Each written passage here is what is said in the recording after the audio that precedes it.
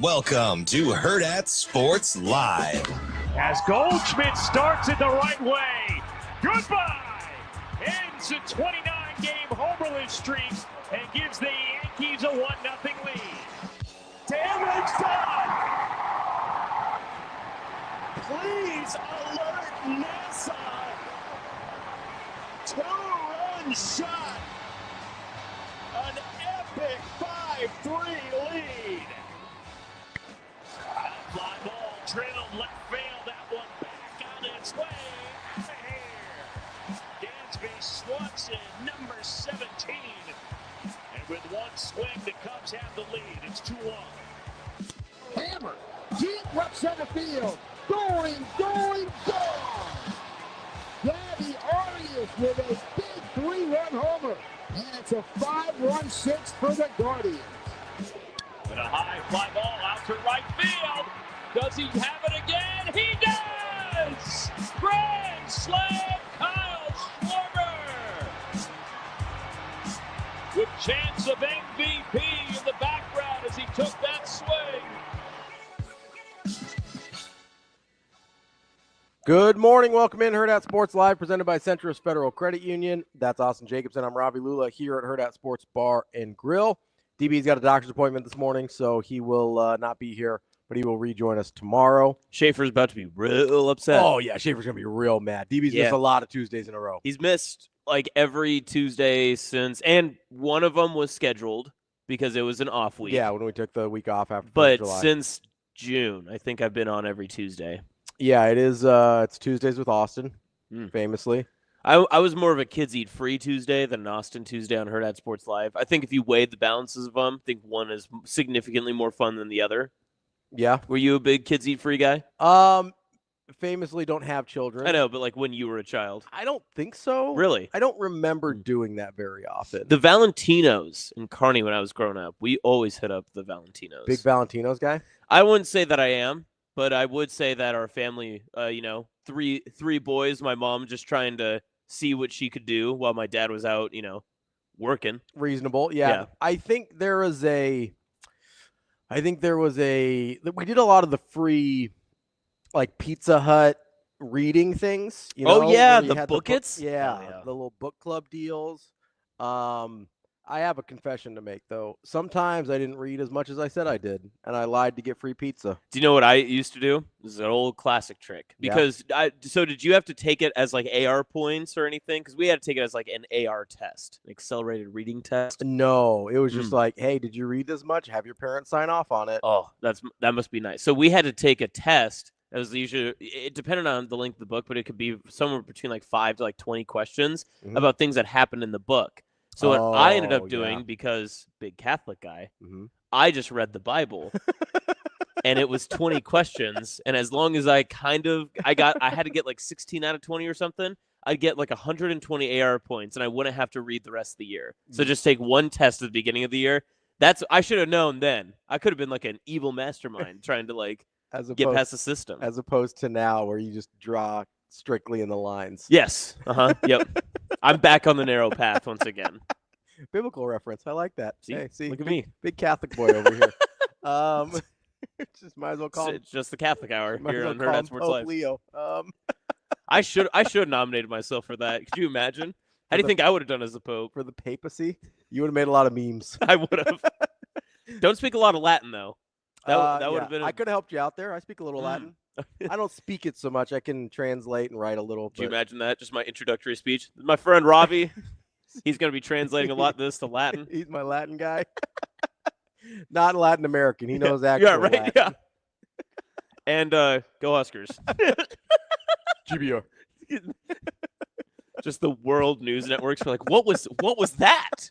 The whole thing is just, guys, I think Dylan Raiola is ready to break out this year for Nebraska. And Sunday masses in the Vatican. And I would just be like, Nomina Raiola est. Today we pray for the health and safety of all Nebraska football players as they enter fall camp.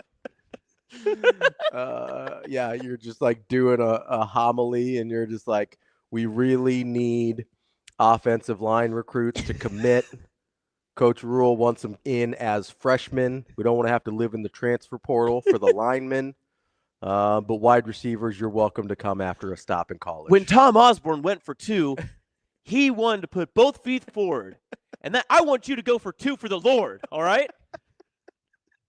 We can't play it safe. A tie doesn't get you into heaven. This is the most religious this show's ever been. I think, weirdly enough, although I'm not Catholic, between the two of us, I think we could make almost a whole pope. I know a little Latin. We could make a whole pope. I know a little Latin. I did go to school at a Christian college for theology, so I've got a little bit of background there. It wasn't Catholic theology, but close enough. It'll work. We'll figure it out. It'll play. Hot danger. Tie equals purgatory. Yeah, you don't want to end up in purgatory. That is Good true. call, Yep. hot danger. Who wants to sit in purgatory? That's what I mean. You go for 2 and the win. Yep. Instead, you end up with like 11 more years of hell before you win the national title. But was true. But, Funky Giblet says, "Et Spiritus Sanctis Raiola." David says, all of a sudden the Panthers win the Super Bowl because God's on their side. Nope, God's never entered Carolina. That's not going to happen. So, Archbishop Rico and Lulla. He did. Listen, God handed us Cam Newton, said 1 good year. You get one. You get one. It was good. But speaking of that, did you see him, Johnny Manziel, and Jalen Hurts isn't really a part of it, but Johnny Manziel and Cam Newton are like in a Twitter beef. Well, and a podcast beef against each other. So sort of. What I saw yesterday was I saw Johnny Manziel trending, and I was like, "Oh, did he like relapse or something?" Or like I thought he probably got arrested or something. Wow. I mean, knowing Johnny Manziel's history, that seemed like the most likely reason he would be trending. That is fair. And instead, I found out that he was beefing with somebody on the internet about Cam Newton. Yeah. So it seemed like the guy was dissing Cam Newton, and it seemed like Johnny was defending him. Yeah. So I'm back. I'm in the weeds on this now because being a Panther guy, you have to defend Cam Newton. Give me the lore here, because it seemed like early on Manziel was taking up Newton's side. Yes. And so how did it turn into a beef? Ooh, I don't think. Okay, I might have said that wrong. I don't know if they're beefing, but they're okay. So they've got a beef with an internet troll. I think so. Okay. So Cam Newton went on a podcast, which is like a general, how many times do we say that these days? Is it his podcast? He might have been his own. It might have been his own. I think he's I don't got a listen. podcast. Yeah, I don't listen to that one religiously. It's not meant for me. But he went on and said that he had heard a lot of the comparisons between Jalen Hurts and Cam Newton, and had basically said, well, Jalen Hurts is not the same quarterback that I am, and that I think insinuated, maybe even directly said, because he's Cam Newton, that Cam Newton is a better quarterback than Jalen Hurts. People then started to make fun of him. A Barstool personality, I think his name is Gilly, came out and just did a whole rant about how Jalen Hurts has one of these, and was holding a Lombardi trophy, and was basically saying, oh, yeah, well, you've never won a Super Bowl. Johnny Manziel then came in. That's how it happened. Johnny Manziel then came in to defend Cam Newton. So I don't know. Did something happen yesterday that now Cam and Johnny Manziel are beefing? No, I thought that's what you said. Okay, yeah. Okay, so I said that wrong. I apologize. Yeah, but now I think Johnny Manziel may have beef with Jalen Hurts because of it, but Jalen Hurts hasn't said anything because he's training camp and actually playing football. Yeah, he's still active football player. Yeah, so kind of doing his thing. Apparently, it was Gilly the Kid. Oh, okay, who was Gilly. a Philly fan and trashed Newton about lack of Super Bowl wins. The other issue here that I have is that's a really dumb argument. Really? Yeah. Well, okay. On whose side? Who's a better quarterback, Dan Marino or Trent Dilfer? Dan Marino. Okay, there we go. Your argument is finished. Yeah. Sorry. Dang. Got him. Done, Gilly the Kid. So you're pro Cam Newton over Jalen Hurts? I think he was a better quarterback. He definitely had worse teams. 100%.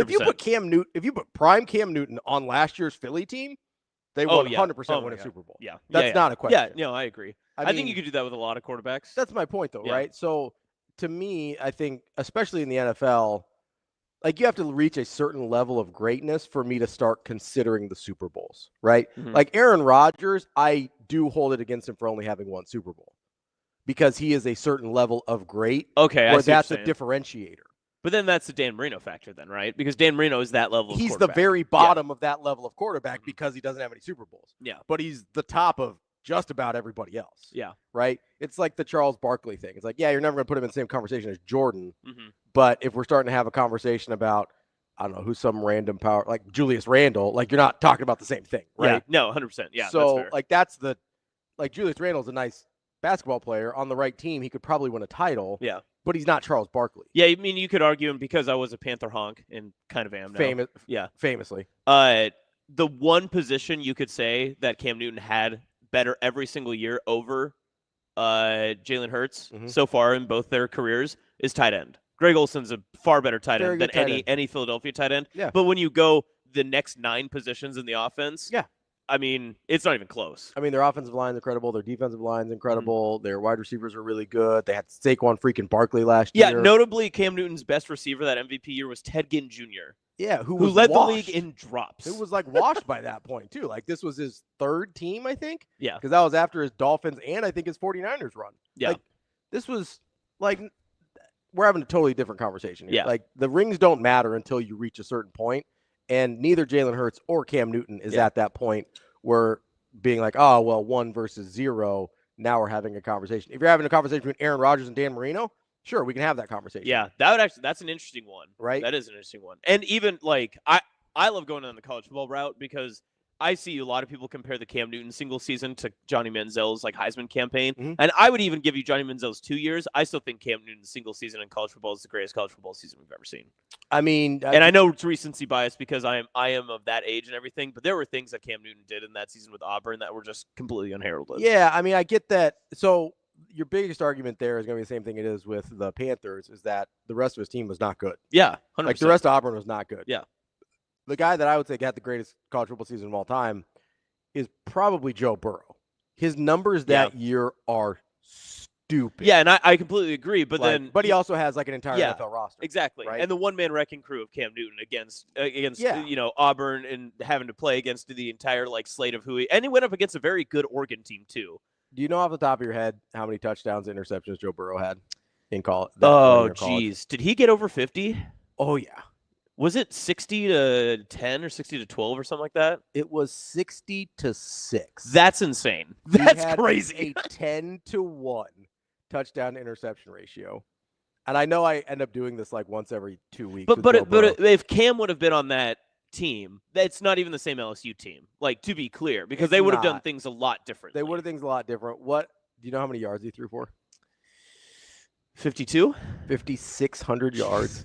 And he did he complete what, 68%? 76. That's insane.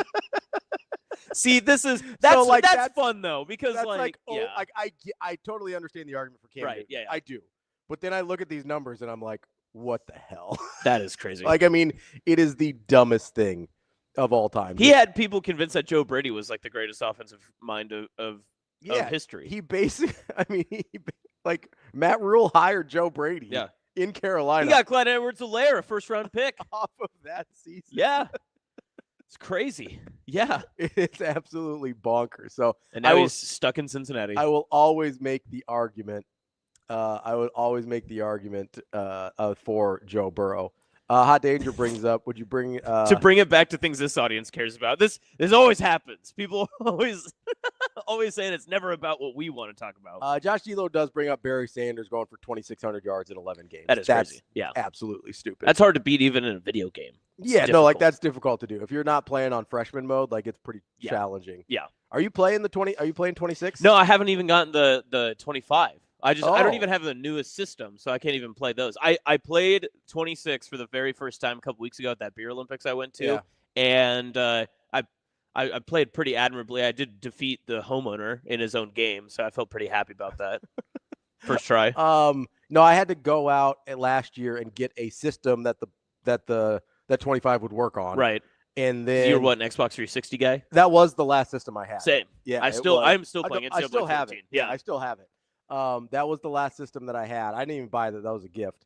And so I was 3, 4, I don't even know how many systems behind. So I had to go out and get a new one and to get 25.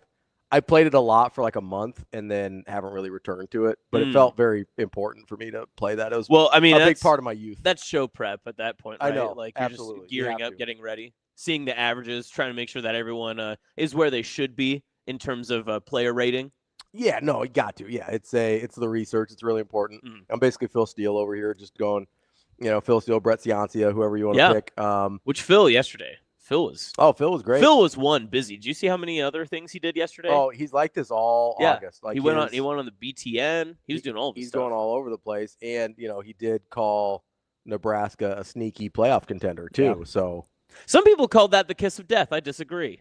No, I mean he's pretty good at what he does. Yeah, like I wanted to know if he believed Nebraska was such a sneaky team, why in the position rankings he had Nebraska so low consistently. Well, is he a show me guy? It might be because he'll do a lot of current production stuff. Yeah, and Nebraska, some of the guys for Nebraska, especially, like defensive line, a lot of those guys are new and don't have the level of production that that some of the other places do. Mm-hmm. Same thing at defensive backfield. You've got some safeties coming back, but you've got a lot of unknowns back there. Linebacker, you got a lot of unknowns. Like there's places where, like if you are basing your stuff off of purely numbers and those types of like hard production, then yeah, you're going to be like, they don't rank as highly as some other places do.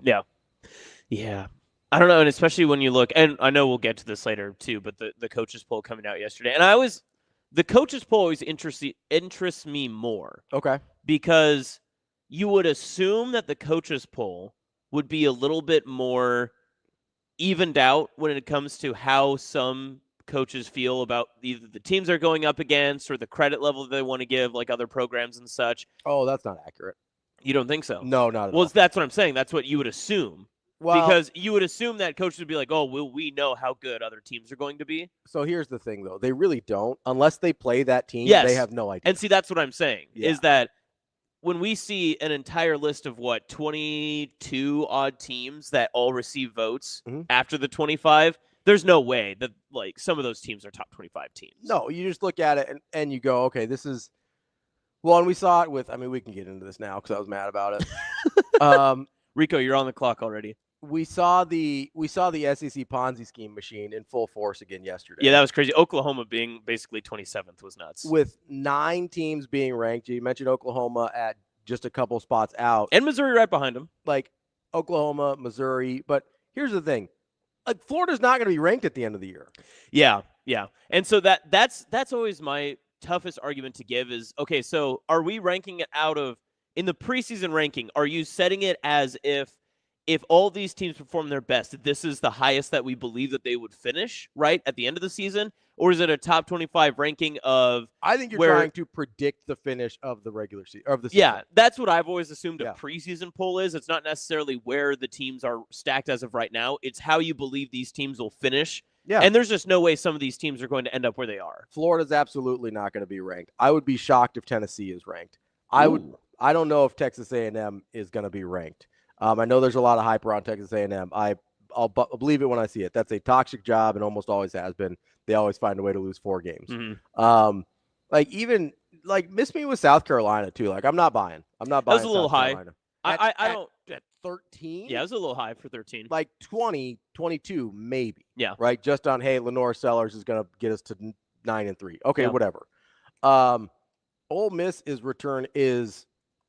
missing a ton of stuff from last year. They had to go transfer portal fishing again, which Lane Kiffin's very good at. But how many times have we seen when you have to replace a ton of stuff through the transfer portal, sometimes it just doesn't work. Mm-hmm. Like Florida State was 13-0 2 years ago. They were 2-10 last year, and they brought in a great portal class. Like it just didn't work. Yep. Some of this stuff just doesn't work. And I don't know, like you can't convince me that like Minnesota or like USC. Yeah, that one was interesting to me. And I know, again, just receiving votes, but that's again. Tell me Florida and Tennessee are going to finish higher ranked than USC? Yeah. There's no way. Yep. And I'm not even high on USC. You even look like in that list too. I was surprised Arizona State was just on the fringe of a top 10. I thought that they were more of like a middle teens, but I think there is that disparity between some of those top 10 programs to where everything else kind of falls out. Miami being number 10 was interesting to me. My biggest gripe Miami's outside of not the 10th best team in the country. They're not. My biggest gripe outside of LSU's not going to finish 9 either. Yeah, outside of some of the top teams that you had mentioned, I don't know why, but I don't understand why Michigan is getting as much preseason love as they can. They won't be able to move the football. They will not be able to do anything offensively. I understand they will have a really, really competitive defense. I certainly think early in the season, until Bryce Underwood figures out his stuff, I do think they're going to have a really bad offense early. Yes. Like, I think they're going to have a really bad offense early. And, like, their head coach is going to be gone for 3 games. Mm-hmm. 3 pretty important games. Like, I don't know what – like, it doesn't make a lot of sense to me that we're penciling them as top 15. We have no idea what Michigan's going to be. Yeah. Like, they might be pretty good by the end of the year, but I'm not putting them a top 15 team in the country. This is like borderline college football playoff. Yep. Yeah. You think they're going to make college football playoff? I don't think so. And honestly, I think Illinois is a little high also. Yeah, 12. 12 seems a little high. I'm picking nits here, but like 15, 16, like that's probably where I would have them. But but this is the problem I have, right? Is we start with a preseason poll. Mm-hmm. The AP preseason poll is probably going to be pretty similar to this. You're probably going to have 8 or 9 SEC teams in the preseason poll as well. And then this is where the Ponzi scheme starts. It's going to be a self-fulfilling prophecy all damn year. Yep. Like, look how hard our schedule is. Like, Tennessee could end up being like 4-8. I don't think they will, but they could end up being like 4-8. But in the beginning of the season, the first couple teams that beat them will be like, oh, we beat a ranked Tennessee team. That team sucks. Yeah. Just because they were preseason ranked doesn't mean anything. Florida very easily could go 6-6 this year. Mm-hmm. Their schedule is brutal. You're going to go into the season and be like, oh, we got top 20 Florida, beat them at the Swamp. Who gives a damn? They're a mediocre team. Mm-hmm. South Carolina's going to be like South Carolina. If heaven forbid Lenore Sellers gets banged up or something, let's say he's still playing, but he's like pulls a hammy or something. They're a 4-1 team. That's a team like you're like, oh, we beat a top 15 South Carolina. Yep. What are we talking about? Yeah, that's fair. Like, that's the problem. Like, this is why I care, because this is where it starts. It starts with, hey, look how many ranked teams we have. Oh, look how hard our schedule is. Mm-hmm. It's not. You just made it up. Well, and we even saw it last year when it was the college football playoff poll and the AP poll and also the Big 12 preseason poll. When Arizona State started the season dead last in their own conference and you had to work your way up, their season gained no credibility until the third quarter against Texas because they pretty much had to fight their entire way to get to where they were. They were essentially one of the last teams to get in because they won their conference to get in. Only reason they made it in. And they were actually probably more deserving of a spot and an argument in the college football playoff with the way that their season had transgressed. Yeah. Than where they had started. And because they started so far back, there was no chance of them catching up to the top 10. Well, and let's say they had lost the Big 12 championship or whatever, right? Yeah. They still would have been more deserving than 3-loss Alabama and 3-loss Ole Miss and all these other teams that were propped up because, like, oh, it's the SEC. Look how hard their schedule was. Yep. And it's like, you only think it's a hard schedule because you rank them all to start. Yeah. That's the only reason. It doesn't make any sense. Yeah, when your pole position starts higher, it's easier to keep yourself up there, despite whatever losses or whatever you have. And then you can make the arguments of, oh, well, these teams would have been finishing in the top 25, but look how hard their schedule was. They had to play 8 other ranked SEC teams, and you go in and their season got away from them a little bit. We know that happens. It starts to snowball. It's like, no, they were just bad to start. Yeah. They didn't deserve to be ranked to start. And I don't know which teams it's going to be. I think it's probably Florida and Tennessee if I had to guess. And I low-key think South Carolina, like, this just doesn't feel like a team that's going to win 10 games. I don't know. Like, I know people love Lenore Sellers. I think he's really good. I think he's got a better chance of going number 1 overall than he does leading South Carolina to the playoff. Like, that's just how I feel about South Carolina. I know they had a nice transfer portal poll. I don't think they have the depth of talent on that team to be competitive at the level people are talking about. Yeah. Just my guess. But the point is there's going to be 3 or 4 of these teams from the SEC that aren't any good. And we're going to look at them. You should be looked at the same way as Minnesota and maybe UCLA. And depending on how Michigan State does this year, there's going to be a chunk of these teams. Like, you really think these teams are going to finish having a better year than Iowa? No. I don't. And that's like Iowa not being receiving more votes than USC and some of the other, like Oklahoma especially. Iowa probably should have been on that they should have been 26th. Yeah. If they're not going to be in the 25, they probably should have been 26th. Yeah. And I want to argue for Nebraska, and I believe that Nebraska will end in the top 25. I agree. But I understand if you're why they're looking not. at consistency, I I completely understand why as well. But here's the thing. If they were in the SEC, they'd be like, oh, Dylan Raiola, let's put him at 14. Yeah. Yeah. Like, do you really think, honestly, like I'm not trying to set you up here. Do you think South Carolina has a better roster right now than Nebraska? No, I do not. I don't either. I think they have the best player out of both teams. I think there's a decent chance that Dylan Raiola has a better year than Lenora Sellers. Yeah, if the Dana Holgerson year 2 bump math comes out, then yes. Like, that's not crazy. That's not crazy, no. Like, if you actually think about it, it's not crazy. But if you say that to some stranger, they'll be like, oh, Lenora Sellers. Yeah. What are we doing? No, you're 100% right. It's a little Homer Network-ish, but it doesn't have to be. If you just look at the actual facts. Yeah. 5-star, second year, one of the best offensive minds in the country is his offensive coordinator now. Yep. We saw what it looked like at times at the end of the season with Dana Holgerson. Like, you're telling me you don't think it's possible that Dylan Raiola has a better year than Lenora Sellers? I think it's more than possible. I think it's likely. Yeah. Personally, I'm not as high on Lenora Sellers as other people are. I get that he's really talented. I also don't think it's a very good roster in South Carolina. I think it's fine. But that is not the number 13 team in the country. I think South Carolina and Nebraska, like if you go like blind resume, no name on the jersey, no letter on the helmet, I think you would take more Nebraska guys than South Carolina.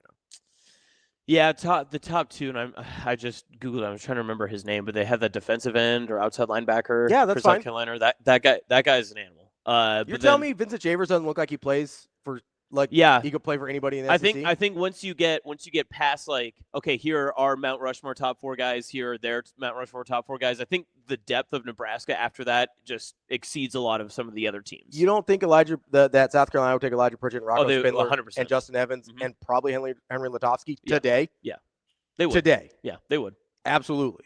They'd probably also take a Riley Van Poppel. They'd probably also like a Keona Davis. They'd probably also take, like you mentioned, Shavers. Everybody wanted Williams and Winery. Yep. Everybody. Everybody in the country. Shavers, McGahee. You don't think that a lot of those teams would take a Javen Wright? You can't have Heinrich Harburg. We're keeping everybody. Heinrich Harburg would be a freaky athlete on any team. Yep. Literally every team in the country went to Carter Nelson. Yep. So you're telling, like, South Carolina couldn't even get in the conversation for Carter Nelson. He was talking to Georgia and Notre Dame. And Nebraska, right? So I don't understand how we sit here and go, okay. And I know the depth of Nebraska has. I'll be honest. I'm not as familiar with South Carolina's roster as I am with Nebraska's. With what I am familiar with, I'm taking Nebraska's roster over South Carolina. Maybe that's crazy. That's fine. My point is they cannot be the 13th best team in the country. Right. Not buying it. So are you TK says DR is better than Sellers, but Stewart is by far the. That's fine. Dylan Stewart. There we go. Totally fine. Yeah. Yeah. That's who I was talking about earlier. Wasn't necessarily quarterback straight up. But guess what? You don't win football games with 2 guys. Yeah, that is true. Famously impossible. That is true. Right? Give me Nebraska's roster. I will take that. So would you have rather seen more Big Ten representatives, or would you have rather just seen if Nebraska got a top 25? Like, I'm fine with that. I don't think Nebraska deserved to be preseason ranked. I'd agree with that. I don't think they deserve that. I think they will be ranked at the end of the season for sure. You hope if you go 10-2. Yeah, I mean, you got to be, right? If I believe they're going to go 10-2, then we're talking about a top 10 to 15 team in the country, right? Probably closer to 10.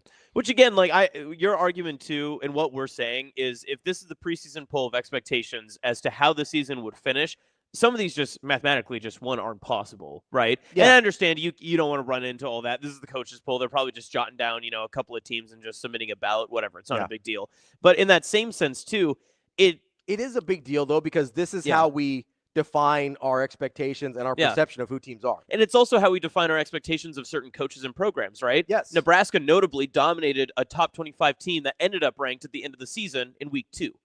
And yes, I know Colorado wasn't exactly a world beater. They didn't, No, but that was a good football team last year. And they were a top 25 team. They were rated in the top 25 by all 3 polls by the end of the season. And here's the other problem, right? Look at Illinois last year, right? At the time, that feels like a bad loss for Nebraska. It's like, oh, Illinois is off to a hot start, whatever. But if they're an SEC team, if they're South Carolina or whoever, coming into this year, you go and you look at it and you go, ah, man, that's another top 25 game. Yep. Like, that's a huge matchup. This is a great Big Ten opener. You're sitting there, you go, okay, this is crazy.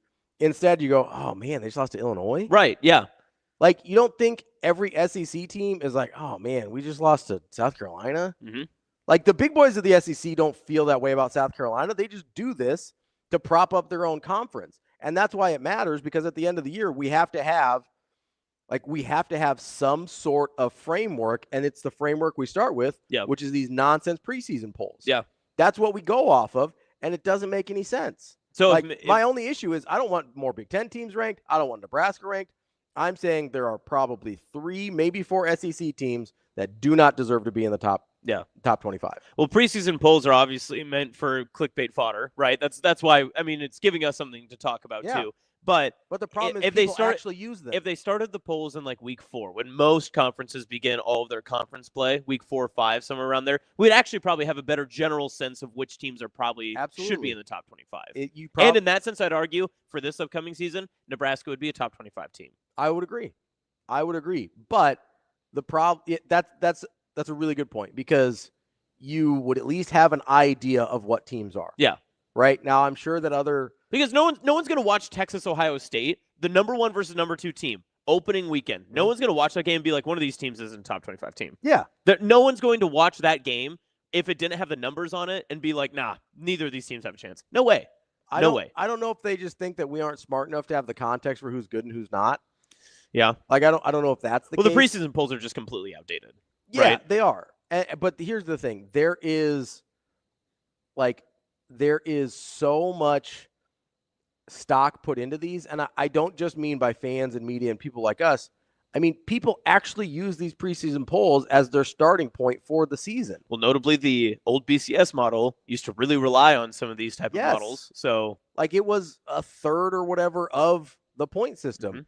And you can't tell me that these people on the selection committee aren't paying attention to this. And then when they go back and they look at teams, they go, okay, this was a ranked matchup at the beginning of the season, but we have no idea. That team could suck. Yep. Like, that's the problem. And so if Oregon goes 9-3 this season, they're not number 7, right? No. But if Alabama finished 9-3, would they be a top 10? Would they be number 8? Probably not, but they're they were just outside of a top 12 team last year. Yeah, I mean, they're probably 10 to 12. Right?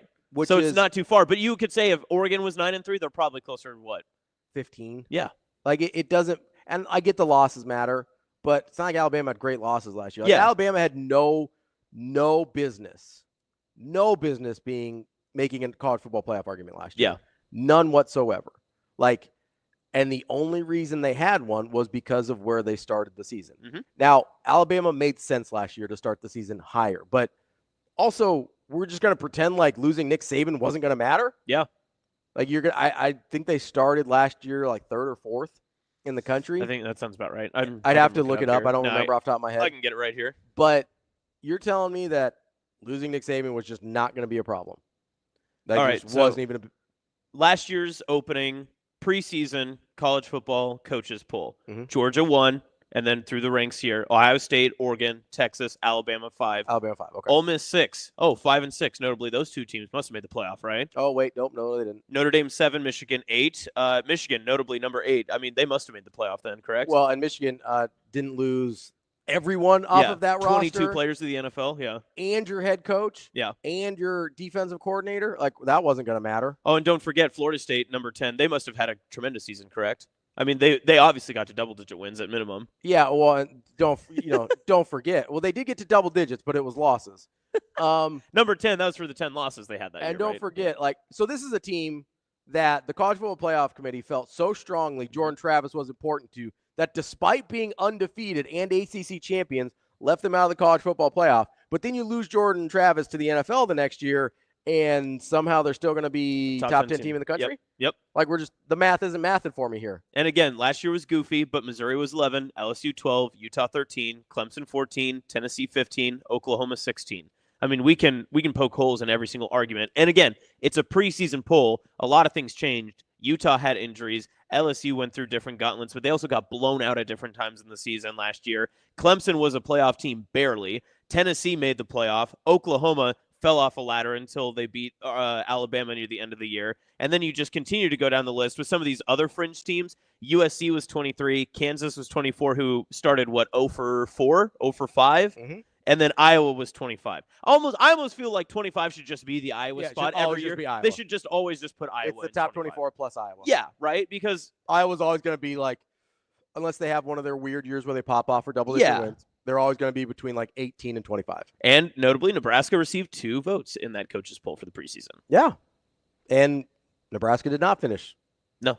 Although they probably are 2 votes, put you, like 35th? Yeah, it's probably closer to like 40th. I know. So with 19 votes, they were at 39th for this year. Okay, so yeah, if you're like 40th, 45th, you're actually probably not that far off from where they ended up. I mean, they were 7-6, but trending in the right direction. They won 2 of their last 3 games, so it depends on how you feel about the team. But yeah. Hot Danger brings up Creighton basketball annually benefits from this same kind of preseason expectation setting. I bet they'll be in the preseason top 25 despite losing the 4-time Big East Player of the Year, 4-time Defensive Player of the Year. But I understand his point. Yeah. I will say it's a good argument though, because last year Creighton was a top 16 team. Yeah, and man, did they benefit for that for a little bit of a run. But when they went unranked, everyone just wrote them off. Yeah, and then when they couldn't get back in the rankings, that was actually when they were playing their best. Really? Yeah, it was. I mean, truthfully. And I definitely understand with the losing Ryan Kalkbrenner, and I actually think from the way too early preseason polls I've seen, Creighton really is on like that fringe of being ranked, unranked, which feels appropriate. Yeah. But if you were to tell me, hey, they're unranked, they lost Stephen Ashworth, which is really important. They lose Ryan Kalkbrenner, really important. They didn't end up bringing Pop Isaac back, which is a big reason they were preseason ranked last year. I'm like, yeah, you know what? That's fair. Like, I'm not going to sit here and argue with it. Same thing, I'm not sitting here and argue with you that Nebraska should be preseason ranked. Right. I understand why they're not. But the reasons that they aren't are the same reasons that a lot of these other teams shouldn't be either. Cody says prime example was 2016 beating a highly ranked Oregon team, and then Oregon ends up going like 4-8 this year. Great example. That was a terrific example. That's Nebraska's marquee victory of that season. It's Nebraska's marquee victory of the decade, maybe until last year against Colorado. Yes. It was like one of their best victories in about 10 years. And guess what? Nobody remembers outside of Nebraska that Oregon was bad that year. But guess what? We all know that wasn't a good win. Yep. It looked good. And that's the thing. You get a marquee victory like that, and we did it this past season as well. You watch that team that you felt was a great victory for yours. Because you want it to hold up. Exactly. And it's that old adage of when you are rooting for your team, the minute that you beat a good team, you pray that team stays as good as they are. Well, and the vice versa, too. 2 years ago, right? Colorado starts off super hot. Yep. Beats Nebraska in Boulder. And you're like, that's okay. Colorado's a good team, whatever. And then they only win one more game the rest of the year. Yep. And you sit there and go like, that's probably one we needed to get. Is that emblematic of our team then? Because we got blown out by that team? Right? Yeah. And they obviously got a huge bump from their early season wins there. And they weren't preseason ranked. But it's the same point where that team looked like – I mean, I think they got in the top 15 at one point after the Nebraska win. I think they were 21 or 22 when they played Nebraska. But after that win, I think they got into the top 15, and then they only won, I think, one more game the rest of the season. I know we can look it up. I can look at the coaches poll version. I could definitely pull up the others. But so that would have been the third week of the season. They would have been ranked. Yeah. So Colorado was 21 after the Nebraska victory, and then they would have beaten, I think, Colorado State the next week. So we'll see where they went after that. They were number 19, peaked at 19. Okay, 19. Yep. But still, I mean, you're a top 20 team. Or 4-8. Yeah, that finished 4-8. Yeah. Right? Yeah. So the point is, like, these preseason polls, the early season polls, affect how we perceive these teams, and we have it has a lingering effect. Idea what we're talking about. It has a 100% lingering effect into the college football playoff conversation when it's 13 weeks after we get done with the first whistle of fall camp. They're not even the same. I mean, they're a lot of the times they're not even the same teams for reasons outside their control. But a lot of times, especially now with transfer portal and how much these rosters turn over from year to year, we just have no idea. Yep. Like, wait until after the non-conference is over. For the SEC, you have to wait until mid-November when they play their FCS team, and then they can be ranked. Yeah, that's my argument. Jeez, I forgot Michigan was number 8. That's just. Did you say after they played their FCS team? Yeah. So SEC is going to get theirs week 12? Yeah, SEC doesn't get to be ranked until week 12. That's the new rule. That's awesome. I'm not opposed. I still think like if you get rid of the preseason polls, who is part of these preseason polls are to kind of help television ratings, right? No, because then you can prop pitch up and say, oh, it's a top 25 battle in Boulder, or it's a number 1 versus number 2 in Columbus. Like I understand, I get it. But do they not think Texas and Ohio State's going to rate no That's matter what? my argument. We're still going to watch these damn games. You're only so like. Do you know what I was looking for? When I was looking at the top 25, I knew Nebraska was going to receive some votes. I knew they weren't going to be a top 25 team. Mm-hmm. I was more interested to see if anyone was going to throw a bone at Cincinnati, because then I was like, okay, is there some credence to some people saying, Phil Steele, notably one of them, that Cincinnati could be a surprise team in the Big 12, right? Mm-hmm. But being a surprise team in the Big 12 is so much different than being a surprise team in the Big 10, where Nebraska could be the surprise team in one of the major conferences. But in the Big 12, if Cincinnati wins 8 games, they're probably the surprise team. If Nebraska was the surprise team in the Big 10, they don't win 8 games. Like if it's December 5th and we're saying Nebraska was the surprise team of the Big 10 this season, they didn't go 8-4. No, right? No, they went 10-2 or they went 11-1. Probably, yeah. I mean, that's we were talking about just totally different things. And let's be clear here. If Nebraska was what was it? I don't know if it was Severe or Phil Steele, but said, hey, if Nebraska was playing in the Big 12, I'd probably pick them to win. Or Sam. It was Sam yesterday. Yep. If they were playing in the Big 12, I'd probably pick Nebraska to win it. Yeah. Like, we're talking about totally different things. Yeah. Like, you have to grade on a curve. But see, that's what I was looking at to see if Cincinnati was going to be in that argument, because then it's like, okay, well, these votes aren't the curve that we think we're grading on for the SEC is incorrect. That's my real point. Right. Okay. Right? Yeah. Because we have graded on a curve for the SEC for so long that we aren't even bothering to reevaluate whether the middle to bottom of that conference is still what we think it is. And I absolutely do not think it is. TK, if there aren't numbers next to Illinois and Indiana, will the average fan watch that game the same amount of the numbers are there? Is the average fan watching Illinois, Indiana, even if the numbers are there? That would be my argument, because more of a blue blood argument. But it's a brand name argument. Amazing, Daniel. I said throw a bone for Cincinnati, not throw a bone in Cincinnati. Those are two different throw things. Up the bones against Cincinnati? You can do that too. No, my point is, like, national audiences aren't watching Illinois, Indiana anyway.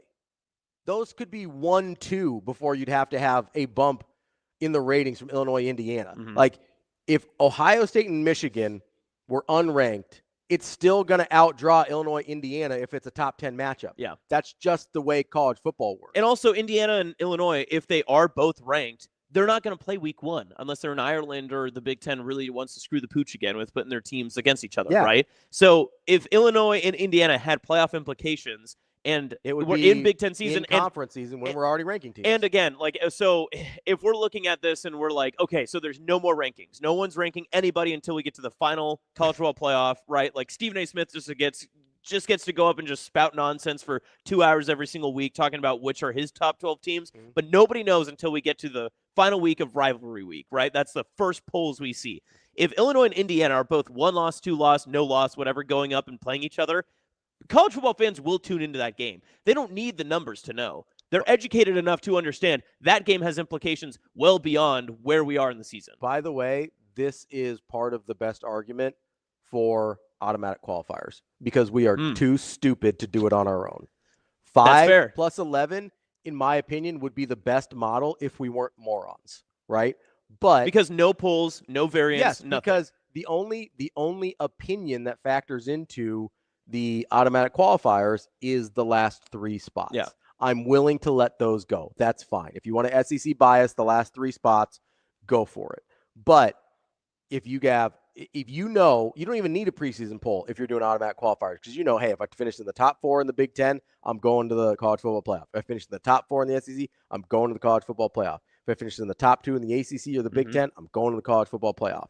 The only teams it would really matter for are Group of 5, Notre Dame, which just joined a damn conference already, and you're at large spots. But it would take away the biggest issues I have with preseason rankings and the college football playoff committee and everything, because I do not trust them not to be stupid and look at the beginning of the season and say, hey, oh man, they beat that really good Florida team that ended up 6-6. Yeah. They beat that really good South Carolina team that ended up 7-5. Yeah. They beat that really good Ole Miss team that the wheels fell off and they went 8-4. And maybe it turns out that Joey Aguilar isn't as good as Nico I am a leaving. Yeah. Like, that's like, And you know what? Also, it would give more credit to teams. And I know which argument you're making, that like, oh, well, these teams are better than others. But there are, and we've seen it before with Nebraska in years past. We've seen it, especially in the Pelini era, that if Nebraska beat a team that wasn't up to the standard of which Nebraska's number was at the time, right?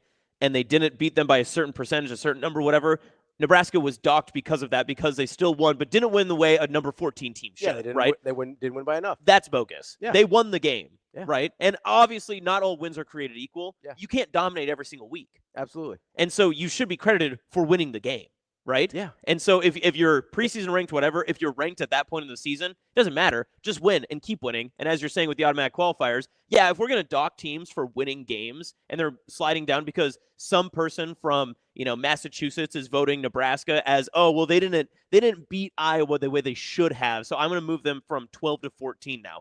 Well, that makes no sense. You shouldn't be able to dock them for that. You should just qualify whether they won or lost in those columns. And listen, if you're playing an FCS team and you win on a last-second field goal and it's not one of the Dakotas, that probably matters, right? That probably matters. If you're playing in conference on the road and you get a win, it probably shouldn't. Yeah. There's not any conference, right? Mm-hmm. I'm not talking Big Ten, SEC. If Nebraska wins on a late field goal at UCLA this year, I'm cool. Nebraska fans will be upset and be like, we should have won that game a different way. But I don't even know if they would. You know what I mean? I honestly don't know if they would be. Like, road conference wins are precious. But see, that's the argument. So what if UCLA ends up 17th in the conference like they've been preseason rated, and Nebraska wins on a walk-off field goal? It's still a victory. It's still a great win for Nebraska, was right? Illinois mad about their Purdue win last year? Was Nebraska mad about their Purdue win last year? Like, hey, yeah, exactly. No, Nebraska's like, hey, we made it to a bowl. Yeah.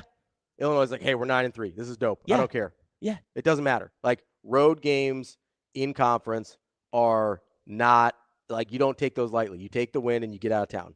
That's it. Yeah. That's all you do. Coming up on the show today, we've got our very own Avery Howard at 8 o'clock. She's our Nebraska football reporter, so we'll talk to her. She's been at all the open availabilities, all the press conferences. She was there on Saturday. I actually got a little reprimanded yesterday that I didn't tell her I was there, so she's sitting by herself, and I was sitting by myself. She's like, we didn't have to sit by ourselves, Ravi. And I was like, good call, my bad. So we'll talk to her at 8 o'clock. At 8:43, we're going to talk to Anthony Broome from the Wolverine.com to preview Michigan. I'm probably going to keep my mouth closed for most of that conversation. I can't let them know my bias. Can't let them know you're a big Wolverines fan? Yeah, that's it. We will Hugh Jackman guy. We will also talk to our guy Mike Schaefer at 9 o'clock from Husker 24/7. That's Austin. I'm Ravi. Hurrdat Sports Live.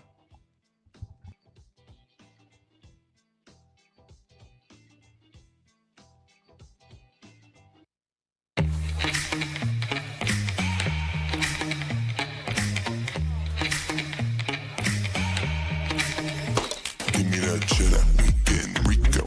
Big money rolls like burritos. Give me that hot sauce, no pico. Give me that.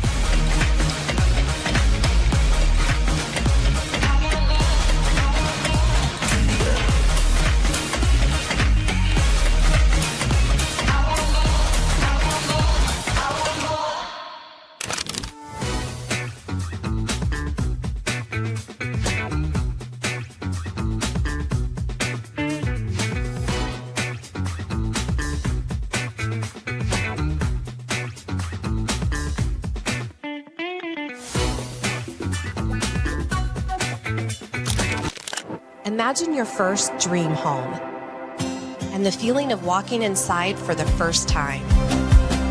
With Centrist Federal Credit Union's First Time Home Buyers program, you are at the doorstep of bringing your vision to life.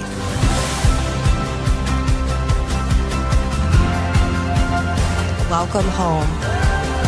From your neighborhood mortgage experts, Centrist Federal Credit Union. We are where you are.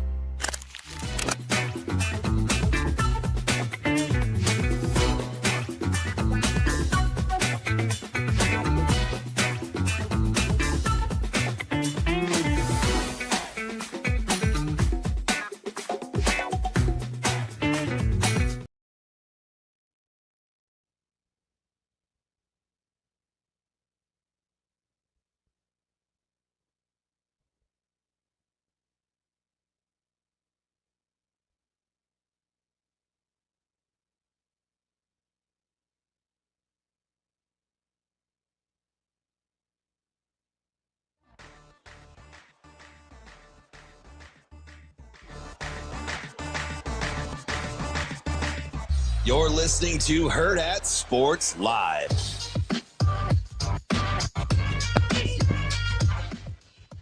Welcome back, Hurrdat Sports Live. That's Austin. I'm Ravi here at Hurrdat Sports Bar and Grill. Don't forget, just a couple days away from your opportunity to spend an evening with Henry Winkler. Whoa! And you can help raise money for Team Jack Foundation and pediatric brain cancer as well. Make sure you go get your tickets. It's this Thursday down in Exarban at the Scott Center, and you can get your tickets to spend the evening with one of the coolest men on the planet, the Fonz, Henry Winkler. Go to teamjackfoundation.org/Henry to get your tickets today and be a part of this incredible evening and an incredible opportunity once again to support our friends at Team Jack and the fight against pediatric brain cancer. So you're wearing a Creed shirt today. Oh, not any Creed shirt. This is the concert shirt that I so earned going out to Lincoln. You went to the Creed concert on Saturday. I did. How was it? Friday. Yeah, Friday. Sorry. It's a good time. Well, notably not Saturday because you can't drive down to Lincoln 2 days in a row. Yeah, no, I cannot. It's physically impossible. I can't. That's do crazy. It. That's crazy. I'm gonna ask Avery if she ever drove down to Lincoln 2 days in a row. No, I'm sure she has. I don't enjoy driving in Lincoln. It is a. I can't argue with you, but that's just people are gonna come at me with panhandle driving, so I'm gonna keep quiet on that. Totally fair. And I get that people who do not grow up in Omaha think we're the worst drivers in the world. That very well may be, but I'm used to it. Okay. It's not the drivers so much as it is the setup of the city. Omaha is very easy to navigate, I think. Yeah, lot of east, west, a lot of north, south. Yeah, fairly easy. Very grid-like. You Yes. You get into neighborhoods, you got to figure some things out with your GPS. But for the most part, you're working on a grid system. You're like, oh, if I'm on 40th and I need to get to 72nd, I have to go west. That's very simple. Yeah, if you memorize the name of like 4 streets that run north south, you can be like, oh, if I'm on Pacific and I need to go north, I've got to go towards Dodge. Like super easy, right? Super. Grids are easy. Lincoln, not apparently familiar with the grid system or streets that go both ways. A lot of one ways in Lincoln. Yeah, you're correct. And not like the every other where it makes sense because you got one that goes one way and then you got construction on one that's supposed to go the other way. So then you have one again going back the first way. You're like, wait a second. At some point, somebody's got to go left, right? To be fair, the amount of construction in Lincoln is a bit absurd at times. Like it's bad in high. Omaha too. I get it. But again, with the grid system, easy to find a workaround, right? So that's my big issue with Lincoln is I didn't spend a lot of time there. I didn't go to school there. We didn't have season tickets or anything growing up, so it's not like I went down there every weekend. So my familiarity with Lincoln is low enough that the traffic and the streets and the driving in Lincoln is a deterrent for me to spend time there. Okay, fair. And I knew I had to go Saturday. Got to go Saturday to go watch practice. Nice. Good change. Well, it's part of the job, so there's an obligation, but I was excited to go. I really didn't want to spend 2 consecutive nights in Lincoln. But the craziest part is that you bought a ticket. You knew that you wanted to go to said concert, and then you chose not to. I bought the ticket before the date of the open practice was announced. It's crazy. So I did not know that I was looking at a back-to-back. You can just admit you didn't want to hang out with me. No, I would have loved to. It looked like you were having a great time with David until the argument in the office yesterday. With arms wide open. Where I thought there may have been. I thought it was going to come to blows. I thought the hands were going to be thrown. We were verbally thrown hands. You were very. I think if you tied my hands to my back, I would be silent the rest of my life. I think you'd fall over. I don't know if I'm. I think capable. you would just tip over and die. It's kind of like my tail, right? Like it keeps me balanced, keeps my equilibrium. Tail? No, I'm just saying. Oh, if like you were a dog. Yeah, thank you. Or a cat. I am a dog. Think DAWG. That is. Got that dog in it. No, I would have liked to have gone. I did see him last year at Sturcove, so that was fun. Yeah, PBA was interesting though. There was almost too many people there. I kind of wanted it a little more grittier, but that's okay. Can I also be honest with you? I'm not a big Daughtry guy. Yeah, he was interesting. He did Journey Separate Ways as a cover. That was pretty electric. Not a huge fan. Not judging anybody who is, because obviously I'm a Creed fan. So right. No, I'm okay on not passing judgment on musical taste here.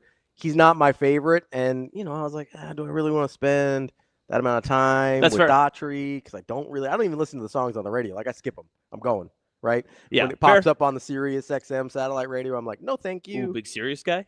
Well, yeah, it comes with the cars a lot of times. So I'm just like, well, I don't buy new cars as often as you do. So skip. So when you run out of gas, you just get a new car. More serious. Have to, yeah, got to.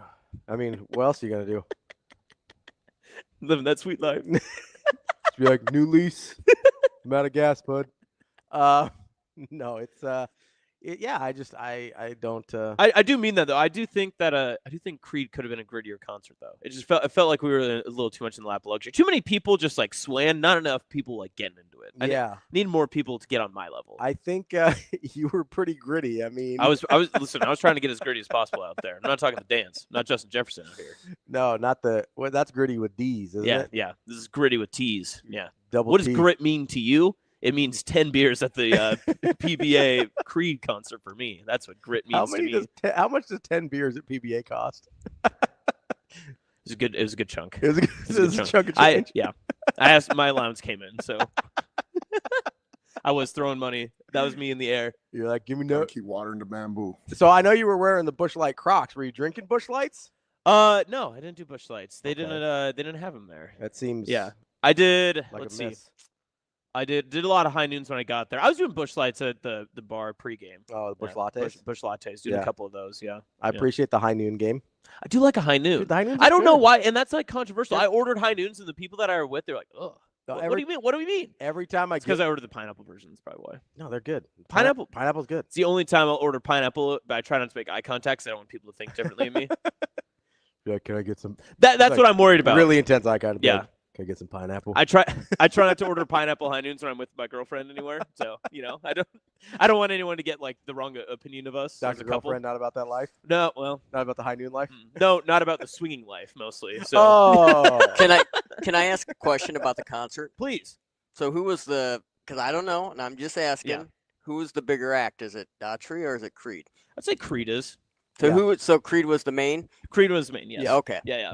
these Yep. days, Creed has made a comeback. They have. Probably Thanks to TikTok.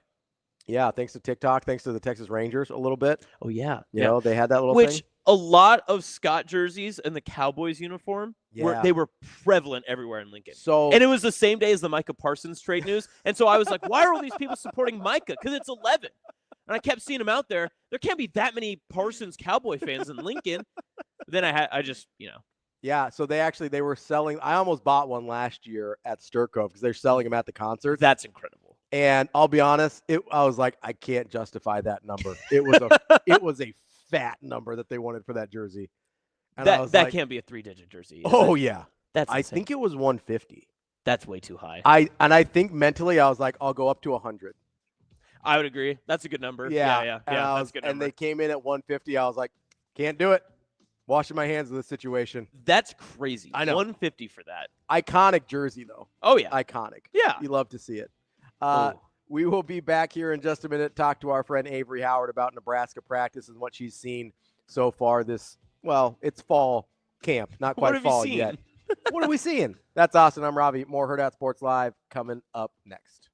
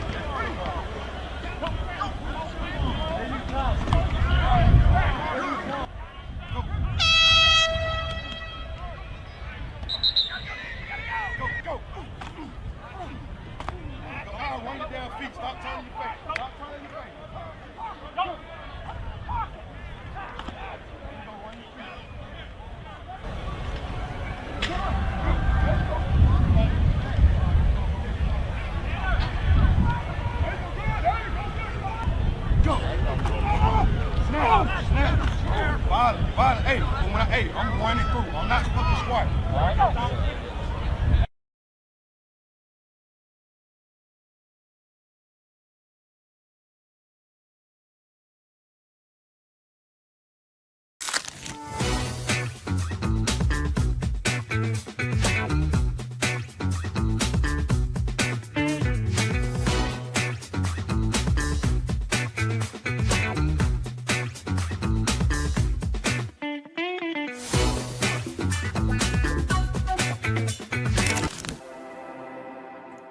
neighborhood, just down the street. With a wide variety of home equity products to help you create a relaxing oasis.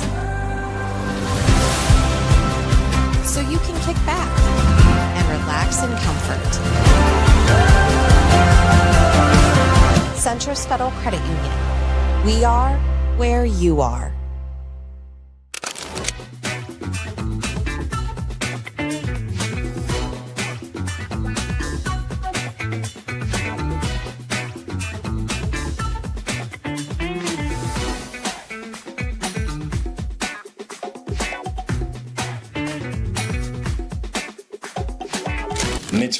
Mentally, he's just matured a lot. Obviously, Ja'Cory was, a good player last year. He played early as a freshman, so, it's hard, that next year when you play early as a freshman, because when you play, you're just playing on pure talent. You don't really know what you're doing yet. So now, this spring, he worked on a lot of technical stuff as far as technique within the position. And I think there were some growing pains in the spring for him there, so you can see kind of that frustration. But he's worked extremely hard over the summer, and I'll tell you what, he's playing pretty fast right now. I'm really happy with him. He's just got to continue to develop. He's still young. I think he's going to be just fine. When you say technical stuff, like what are we talking about? Technique at the receiver position, as far as top of the route mechanics, press, line mechanics, just in and out of my breaks, stuff like that. Just small technique stuff. I mean, he was just so young, and when you get a guy like that, he's just so fast. So all he knows is boom, 100 miles per hour. So now it's like, controlling your speed, dropping your weight, playing with good pad level, playing with a good base, catching with extension. So I think he's definitely trying to take the step in the right direction.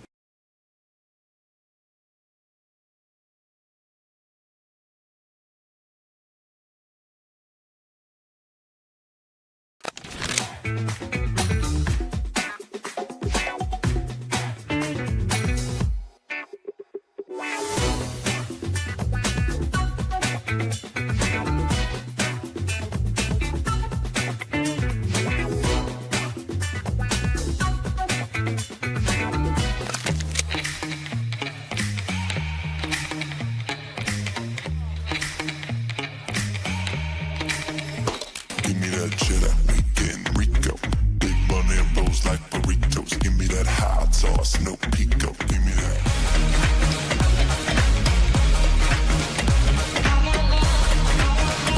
Give me that.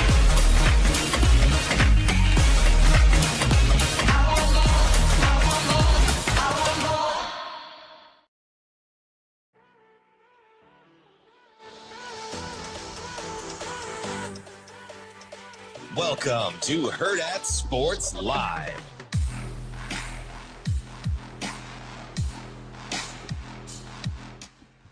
Welcome back, Hurrdat Sports Live, presented by Centris Federal Credit Union. That's Austin. I'm Ravi here at Hurrdat Sports Bar and Grill, reminding you, if you're out on the roads this morning, make sure you got that seatbelt fastened and make it click. It prevents injuries and saves lives, but only if worn properly. This is Metro from the NDOT Highway Safety Office. Joining us now is our friend, our colleague, our coworker, our bestie, Avery Howard from Hurrdat Sports. Avery, how are you this morning? I'm good, but did you have to wear a Boston shirt today? Ooh. Oh, yeah, you're a Royals fan. I saw how that went last night. I apologize. If it makes you feel any better, it's a Ted Williams jersey, so he doesn't play for them right now, if that helps. Okay. I assumed you thought, okay, Avery's on today. Strategically, I'll throw this on. Perfect. Won last night. When we enter her the show, we'll call her my bestie. Yeah. I said bestie, personally. To be clear, he said bestie, not me. I said coworker. Way to put labels on it. Proximity workplace associate, as Ron Swanson would call it. No, so the reason I wore it today is because I'll be honest, this is a TikTok shop find. Nice. And I just got it in yesterday, having ordered it 3 months ago from China. So I just got it in, and I was like, I gotta wear the jersey today. So it was nothing personal, I promise. It's okay. I'll accept it. Okay. Well, he didn't wear it out to the Nebraska practice where he didn't sit next to you either, Avery. So there's that. He's kind of double jeopardying I'm 0 for right 2. now. I'm gonna be honest. I'm 0 for 2 this week with Avery. So it's not. We got to turn it around. We really are.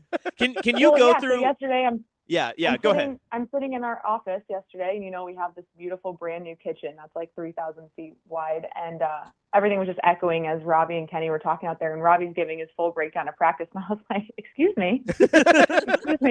I'm sorry, were you there? Was this when Ravi was just standing on the ladder for 2 hours, just not doing anything? Yes. Kenny and Ravi were having a full conversation on 2 ladders in our kitchen. Why? I don't know. To be fair, I don't really know either. I just stood on the ladder at one point, and I was like, this is kind of comfy. Yeah, and then Kenny joined you, so. Well, he finally just wanted to be at Avery's height level, that's why. I was just trying to be as tall as you, Avery. That was the problem. Yeah, I get it. So, obviously, you were also at open practice on Saturday. And, sure was. And you've been at all the other availability and open practices as well. Yeah.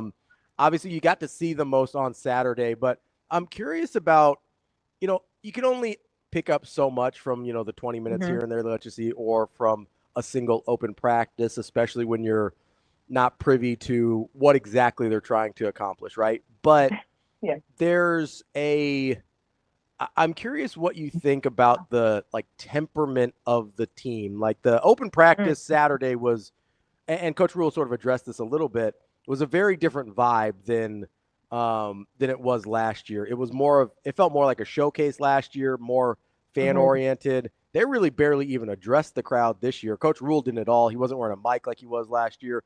So it was a very different vibe. But I'm wondering if you've noticed that kind of throughout the fall compared to last year, or if that was kind of a one-off on Saturday.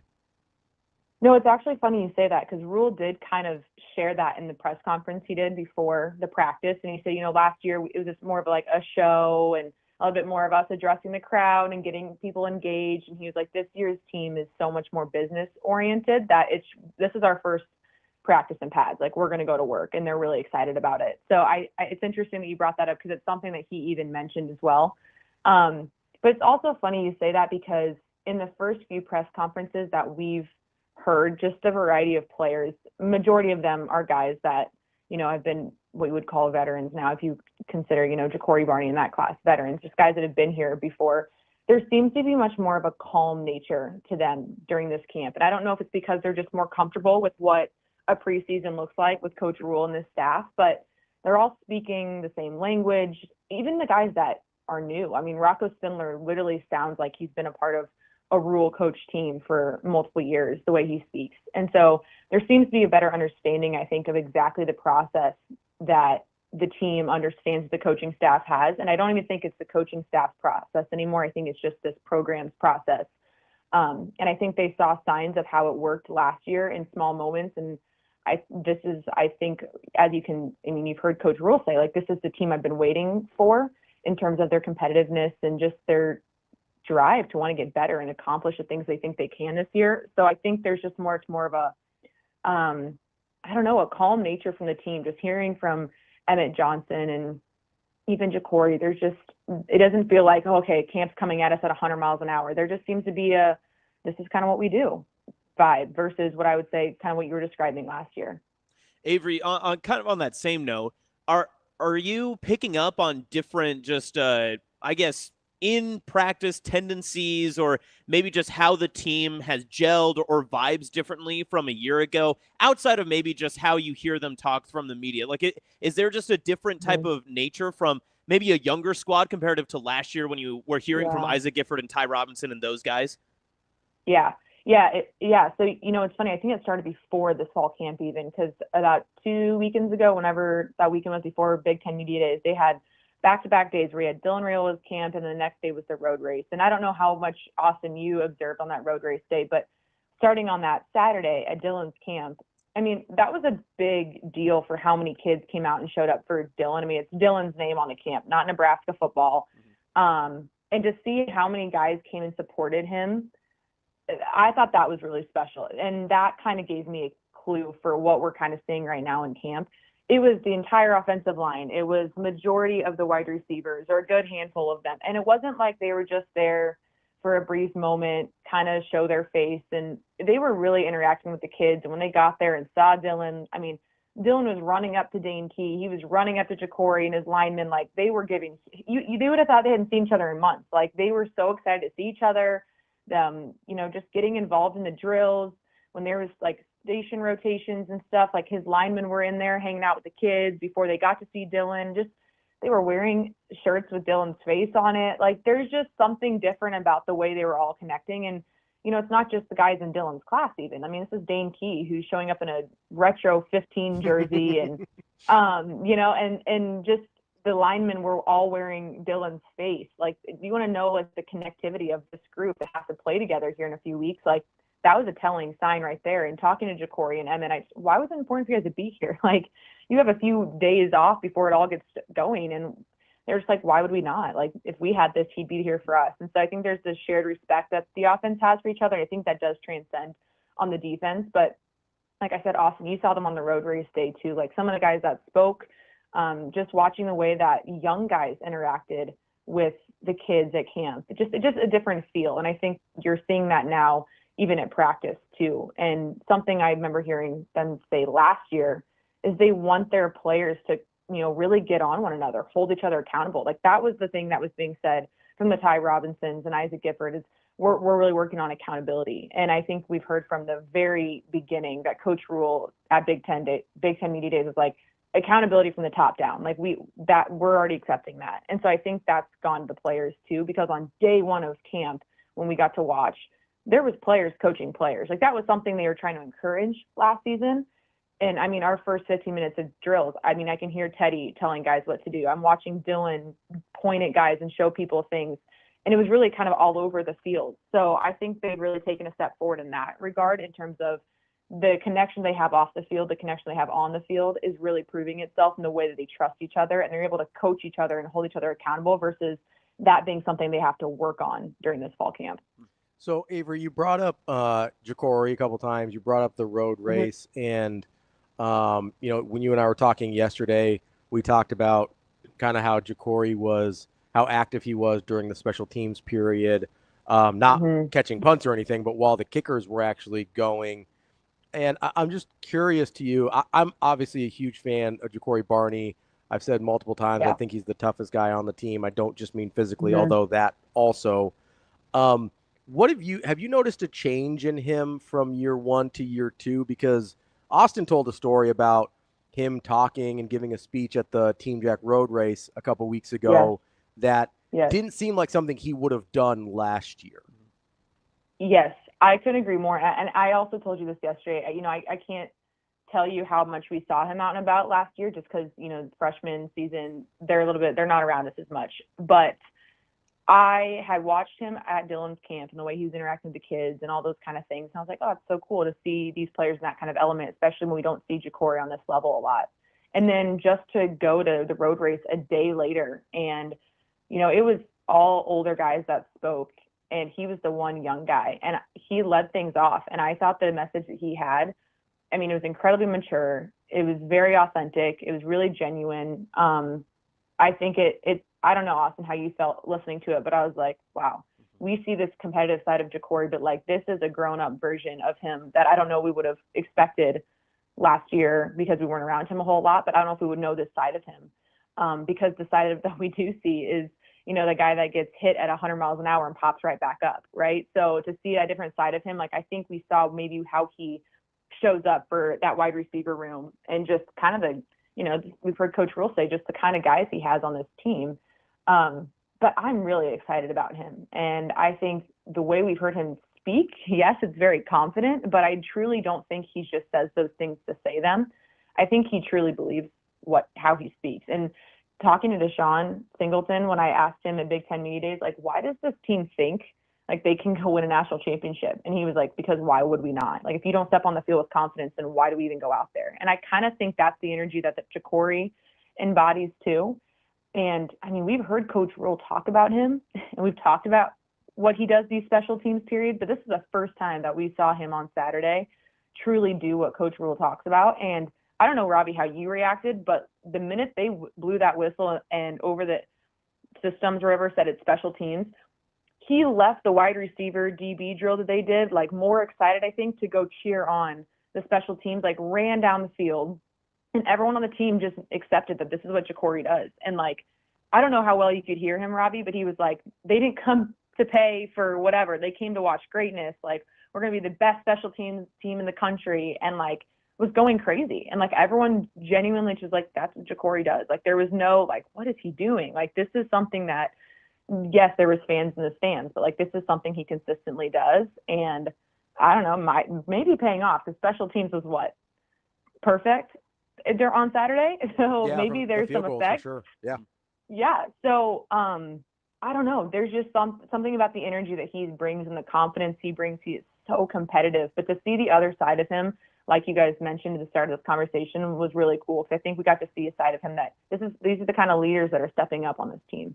Yeah, it's interesting you brought that up because I didn't see him move over from the drills over to special teams until he was like jumping around and things like that. And, I'm a little skeptical, I think is the nice way to put it, about sometimes I think people, whether people are doing it for show or things like that, but kind of the way his teammates were reacting to him kind of led me to believe what you were saying, that this is just what he does, whether there's people in the stands or not.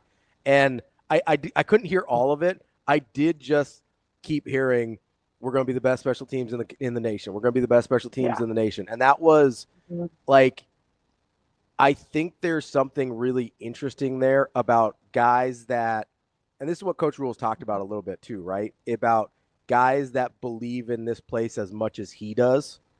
And Jacobsen definitely seems to be one of those guys. And I kind of want to ask you about, this is sort of tangentially related here. So in the press conference before practice, and I think this has to do with guys like Jacobsen, is he mentioned something that really caught my attention while he's describing the transfer portal guys and who he decided to bring in, and kind of, I think it was specifically about Elijah and Rocco that somebody asked the question, but he said this, and this is as close to an exact quote as I can get here. I don't want anyone in here who complains about eating at the training table. I don't want anybody in here that complains about practice. I already fixed that problem. And I was just curious how that struck you, because like tonally, it does seem like there's way more Jacobsen Barneys here than there were last year. Yeah. I think for certain, Coach Rule never says something without some sort of message, right? So whether that was for people to hear on the team currently, like, hey, this is how we operate, and if you thought for a second I wasn't going to like let down on this message, like you're wrong, or maybe people that have passed on and they catch wind of this, I don't know either.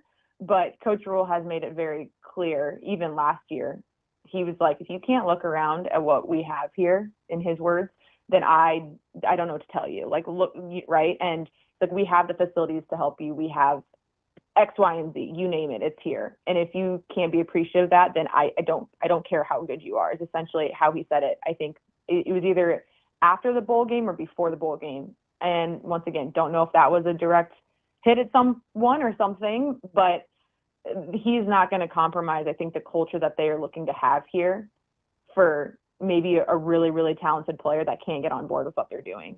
And I think that's part of being a part of this team, is you got to get on board with how we do things here, or it's not going to work out for you. So I think that's half of it. And so when he says that, I'm not surprised.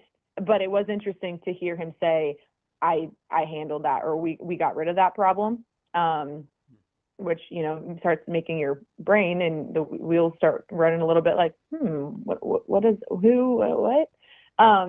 But yeah, I thought it was interesting that he did bring that up right beforehand. But and then on the other side, a good sign though, that the guys that they did bring in, they aren't having that issue. And the guys that they did bring in transfer wise, I mean, you heard the way he talked about a majority of them in that pre-practice press conference, like they're really pleased with what these guys are doing. And even if they aren't on the level that they want them to be, on the field, it's not like they're having issues off the field or getting acclimated to what they do here. But it was interesting to hear him say that.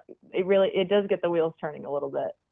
Avery, when it comes to your interactions that you've had with Dylan, whether they're just, from the College World Series before in spring practices to where he was with Big Ten Media Days, how you see him interact with the team during practices and such, where has his leadership changed? Because I was having this conversation with Rico yesterday in the office, and we were talking about how he's a little bit different in that sense where it feels like he's always exuding confidence, but he's not one to just come out directly and be cocky and just say it himself. But he's always been that confident character. Do you still get that same sense from him, or how has he changed from where he was when you talked to him last year leading into bowl practices to where he is now heading into his sophomore year?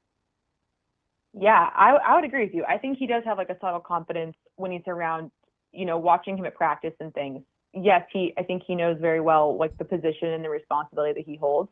I would say the biggest area of growth is just watching the way he's handled, honestly, the media. And then not that he was ever bad at it. I think there's just more of a comfort level, and he understands what, he learned in year one. And I think we heard that a lot from Coach Rule at Big Ten Media Days. Like that was a conversation that came up a lot. Just, Dylan knew essentially this was coming when I recruited him. I told him like, this is not going to be easy.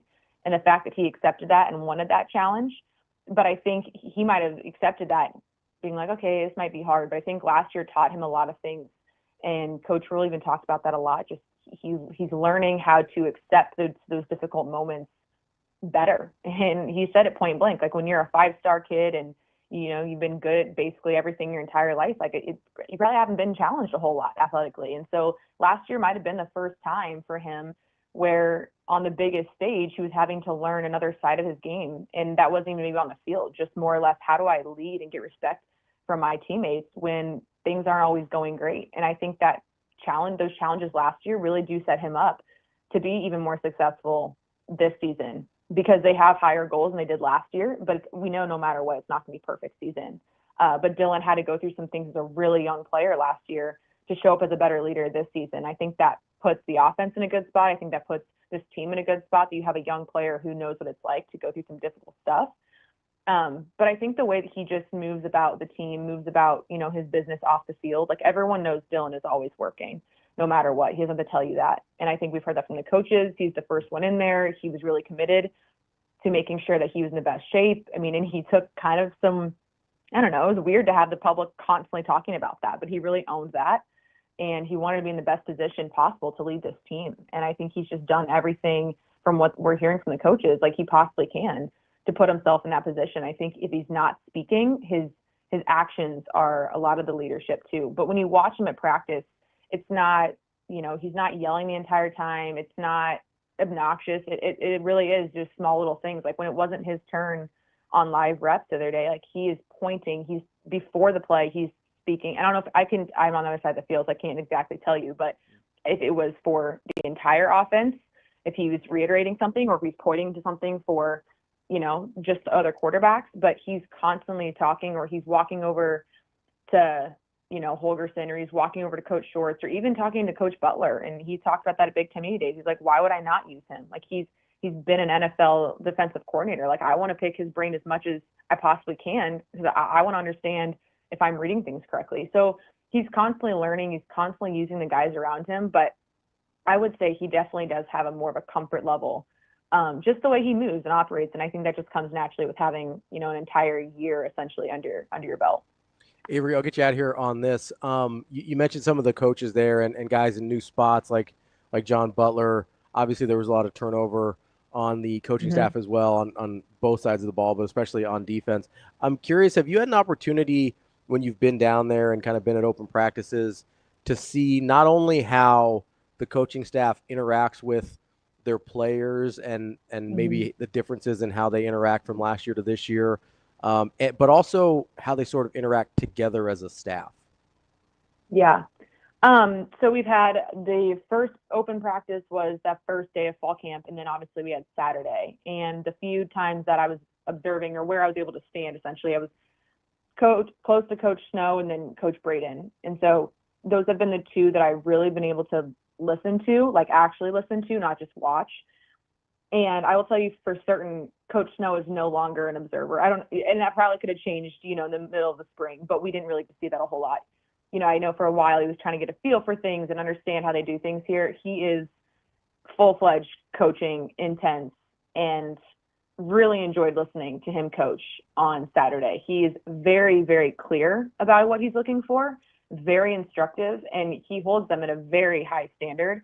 But there's tons of positive just reinforcements. I mean, if they don't step the right way, he's going to let them know, but he's never getting on them without telling them how to do it better or for what reason. Like there was always reason when he was coaching.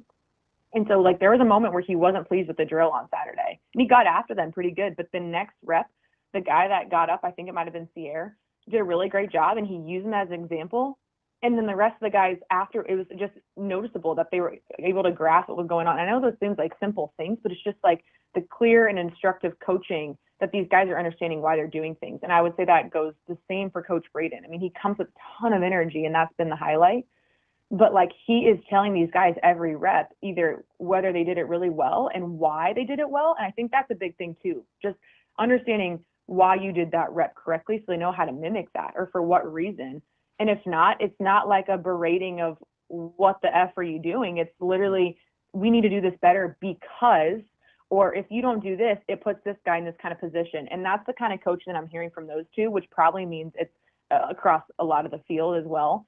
But I just, hearing those things is, and maybe it's coming from a former athlete, but I love to know why we do things. Why am I doing this on the field? And I can understand why I'm doing what I'm doing, or technique wise or fundamental wise, why it's 10 times more important if I understand how it's going to help set up the next person. And so for these guys, whether they're freshmen, young, or new to the program, being able to have a coach that has a ton of experience in both of those guys, and in all over the field, but a Coach Braden and a Coach Snow who have just years of experience, or the guys that they have coached, knowing why I'm doing this and being like, hey, the guys at the highest level are being coached this way. I find that really fascinating. I mean, I'm learning stuff as I'm sitting there. And so I can just only imagine what it's like to be in a room with them all the time. But if those are the way those two are coaching, I mean, I can imagine what it's like across the board. And I know Coach Rule holds his coaches to a high standard. And coaches even said this, like, I don't really know if I have a job right now. Like, everyone's doing my job for me, because when I walk around, like, everyone's doing a great job. Or when I walk through the offices, everyone's on top of it. So it's interesting to watch these coaches coach. And I'm excited to hopefully get a few more practices to go and pay attention to some of the other coaches and just the groups and see how they interact. But I mean, from what I can gather so far from the press conferences too, I mean, a lot of the guys enjoy being coached by these guys. I mean, obviously we've heard the reception from Coach Braden, just how much energy he brings. And I know some of the guys talked about Coach Snow already too, just having a wealth of knowledge. But I mean, when you look at this coaching staff and what they did in the offseason, the guys they brought in, just, it really is just experience and knowledge kind of all over the staff. That is Avery Howard, our friend, our colleague, and somebody that we will text to see if they're at the place that we are to make sure she doesn't end up sitting alone. Avery, we appreciate the time as always. I'm sure we'll talk to you a bunch more during football season. Thanks, guys. Thanks, Avery. I'll check next time. Yeah, you should. It was a lapse on my part. I obviously knew that we had people down there, and I just didn't think about, I should text and see. You're also just a lone wolf. You just like to ride solo. I was lone wolf Jason in it. Derulo. I was I'm riding solo. See, you got it. You were a kid once. Yeah, Jason Derulo is kind of my wheelhouse. Like, it was very popular in my youth. College? Yeah, like college and like right after college, like early to mid 20s. He was very popular. No, I did just kind of forget that, they were, because I knew they were on the field, and I forgot they moved up to the stands. Yeah. And then also I was taking my notes. I was like in it, At least you did the right thing, and you didn't tell her to like meet you somewhere after and, lead her astray trying to. I would never. Yeah. What kind of person would do that? A coworker of ours. Oh, terrible. Yeah. You know what good people would do?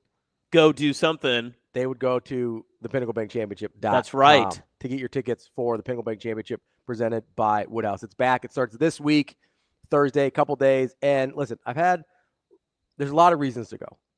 Corn Ferry Golf. You're a big golf guy. See the future greats. Scotty Scheffler was here not that long ago. Like, you're going to see real good golfers if you're a big golf fan. The food, the concessions, the tents, hole 17. It's a big party down there. If you just want to have a nice time, kind of kick off the fall with a nice little party here in Omaha, Nebraska, that's a great reason to go. There's concerts too. After all the golf goes on at night, you got concerts presented by Barnado, everything in between. You just want to come hang out with us. But here's the reason I think some of the people from our show are going to go. I've had so many people ask me about these hats. Okay. The Omaha hats. Yeah. Hurrdat brand goods. Every time I wear one, people are like, dude, where can I get that hat? Where did you get that hat? I'm going to tell you where you can get them. You can get them at the Pinnacle Bank Championship. Our Hurrdat brand goods guys will be at the Pinnacle Bank Championship. I know a lot of you like this rope thing. I'm not a big rope hat guy, but it looks great. It looks great. Yeah, way to keep the sticker on the hat too. That way people know it's fresh. This is brand new. I haven't worn this. This is a brand new hat.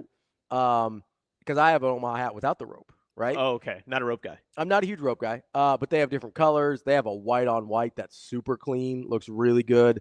They've got a ton of other stuff out there. Make sure you go check it out. If man, it's worth the price of admission just to go get one of these hats. Mm-hmm. Incredible stuff. Make sure you come see us at Hole 17. They'll be down there with us. And, maybe watch a little golf while you're down there. Yeah, why not? The PinnacleBankChampionship.com is where you get your tickets. We'll be back. More Hurrdat Sports Live coming up next.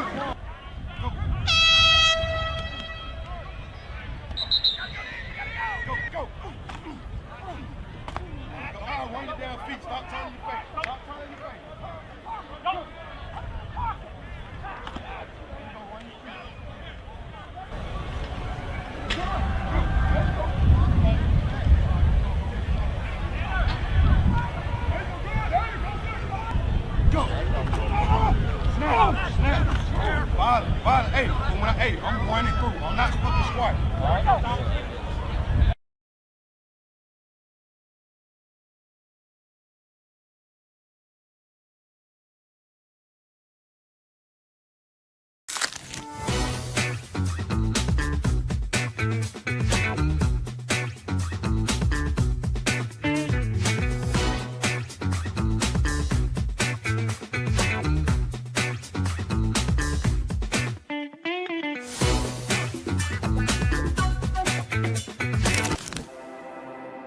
We're in the neighborhood, just down the street.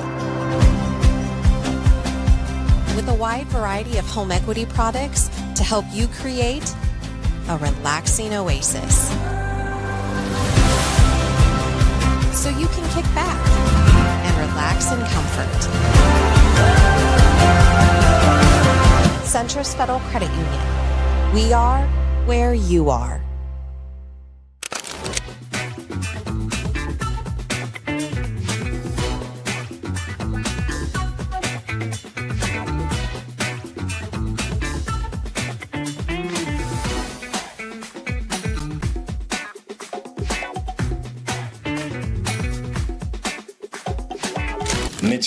Mentally, he's just matured a lot. Obviously, Jacobsen was, a good player last year. He played early as a freshman, so, it's hard, that next year when you play early as a freshman, because when you play, you're just playing on pure talent. You don't really know what you're doing yet.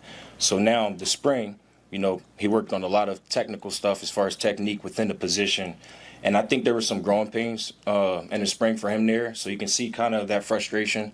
But he's worked extremely hard over the summer, and I'll tell you what, he's playing pretty fast right now. I'm really happy with him. He's just got to continue to develop. He's still young. I think he's going to be just fine. When you say technical stuff, like what are we talking? Technique at the receiver position, as far as top of the route mechanics, press, line mechanics, just in and out of my breaks, stuff like that. Just small technique stuff. I mean, he was just so young, and when you get a guy like that, he's just so fast. So all he knows is boom, 100 miles per hour. So now it's like, controlling your speed, dropping your weight, playing with good pad level, playing with a good base, catching with extension. So I think he's definitely trying to take the step in the right direction.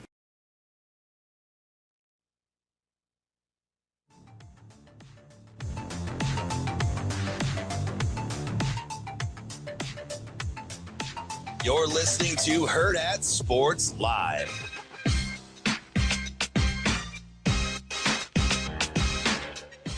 Welcome back, Hurrdat Sports Live. That's Austin. I'm Ravi here at Hurrdat Sports Bar and Grill, where, you mentioned earlier, Austin, about trying to get some free meals when you're a kid, whatever. Oh, yeah. You can come over here to Hurrdat Sports Bar and Grill. Kids eat for free on Tuesdays. What? With the purchase of an adult entree. That's awesome. Both locations, La Vista and Gretna. If you've got some of those little ones running around, Chillins, get some free food. Yeah, why Order not? yourself something. Get them something for free. I know Rico. Nothing says they have to eat it, but you could just steal from them, right? I mean, you probably should eat it, though, because kids do need to eat, is what I'm told. You have to feed them pretty What regularly. if they throw a tantrum? They're like, I ain't hungry. Then bang, chicken fingers for me. Man, don't get me started. Rico, you should do that. You got 18 kids now. You need to bring them all in here. 13 kids? Oh, 13. Oh, 3. Is it you? You can't eat solid food? Rico and wife plus 8, something like that? Yeah, I think he's going to. I got a certain point. At a certain point, you got to just pitch your life to TLC, right? Just see what happens. You're not that entertaining, Rico. Tough. That's a tough break. All right. I told you could come hang out on the show today, and you're like, I got to do clips. I'm here. Thank you for helping the show do good, Rico. Is that a bird? Big. I haven't seen people do thumbs up like that before. Okay, so you're gonna be shocked by this, but I'm mad again. I'm mad. So ESPN just put out a list of the 40 most important players in college football this season. It's put out by Bill Conley, who is normally well thought out. Bill Conley, a lot of data-driven stuff, typically. Friend of the show, Bill Conley? I don't think he's been on our show. It must have been in one of the other beds you were sleeping in. Okay.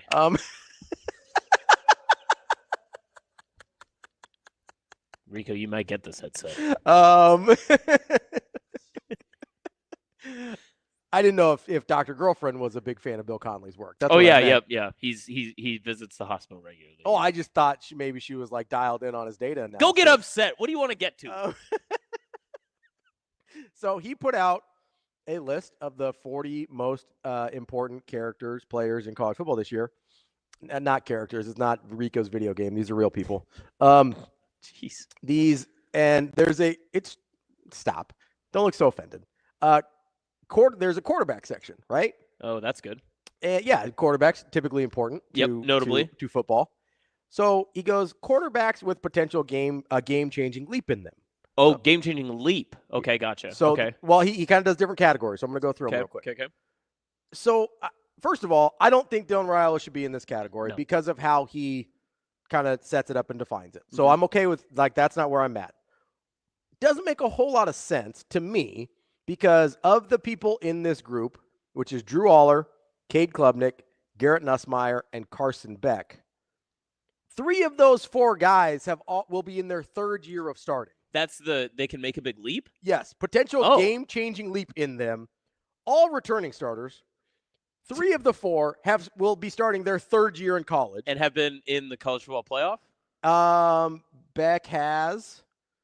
Klubnik has. Yes. And Drew Aller has. Yes. Yeah. All in the college football playoff. All will be in their 3rd year starting. Where is the leap coming? Yeah. What more leap would you like, Feels sir? like we kind of know what they are. Yeah. Even with Garrett Nussmeier. Maybe there's a little leap there. His 2nd year as a starter. I could say Nuss would probably be the biggest leap. Probably. Potential. Yeah. Maybe get them to the college football playoff, right? So okay, Garrett Nussmeier. So we're off to a bad start, Bill. Oh, Bill. Not off to a good start because I don't know if you know what game-changing leap means. Right. Yep. Right? Yep. That'd be like me saying Luke Altmaier could have – this is why I don't believe in the Illinois leap. I think they made their leap, right? I think Luke Altmaier is going to be very good, and he was very good last year. That's not a leap. That's just being who you are, okay? So that's the first problem. Now we get to a different problem. Uh-oh. Because this is where, one young Dylan Raiola might belong. Is it, let me guess, how hyper-specific is it? Is it 2nd-year quarterbacks who could really do better or something like that? It's pretty specific. It's not quite that. Okay. It's young/inexperienced/new QBs with both spoiler and contender potential. Well, how did he come up with these categories? I don't know. But here's the group. Spoiler potential. Lenoris Sellers. I don't know if you'd call Why him wasn't he in the leap category? See? That makes sense for a that leap. Doesn't make any sense. He is young. I wouldn't call him inexperienced, but fair. Yeah. We'll start with Lenoris Sellers. DJ Lagway. Young, a little inexperienced, has potential to be a spoiler and a contender. That's probably fair. the most accurate description of he just made this the DJ Lagway category. That's all he did. Totally fair. Yeah. I'll even go here. John Mateer. I've had a lot of questions about John Mateer. Hasn't done it at a Power 2 level. Hasn't really even done it at a Power Conference level. Washington State famously not at a Power Conference anymore. How dare you? They played a horrific schedule last year. Got spoiler and contender potential, even if I don't totally believe in Oklahoma. That's fair. Okay? Marcel Reed. Texas A&M. Ooh, this is where we start getting a little dicey. That's a really big reach. Really young. Okay. Yeah. I'm not buying the Texas A&M juice the way some other people are. Yeah. Austin Simmons, same thing.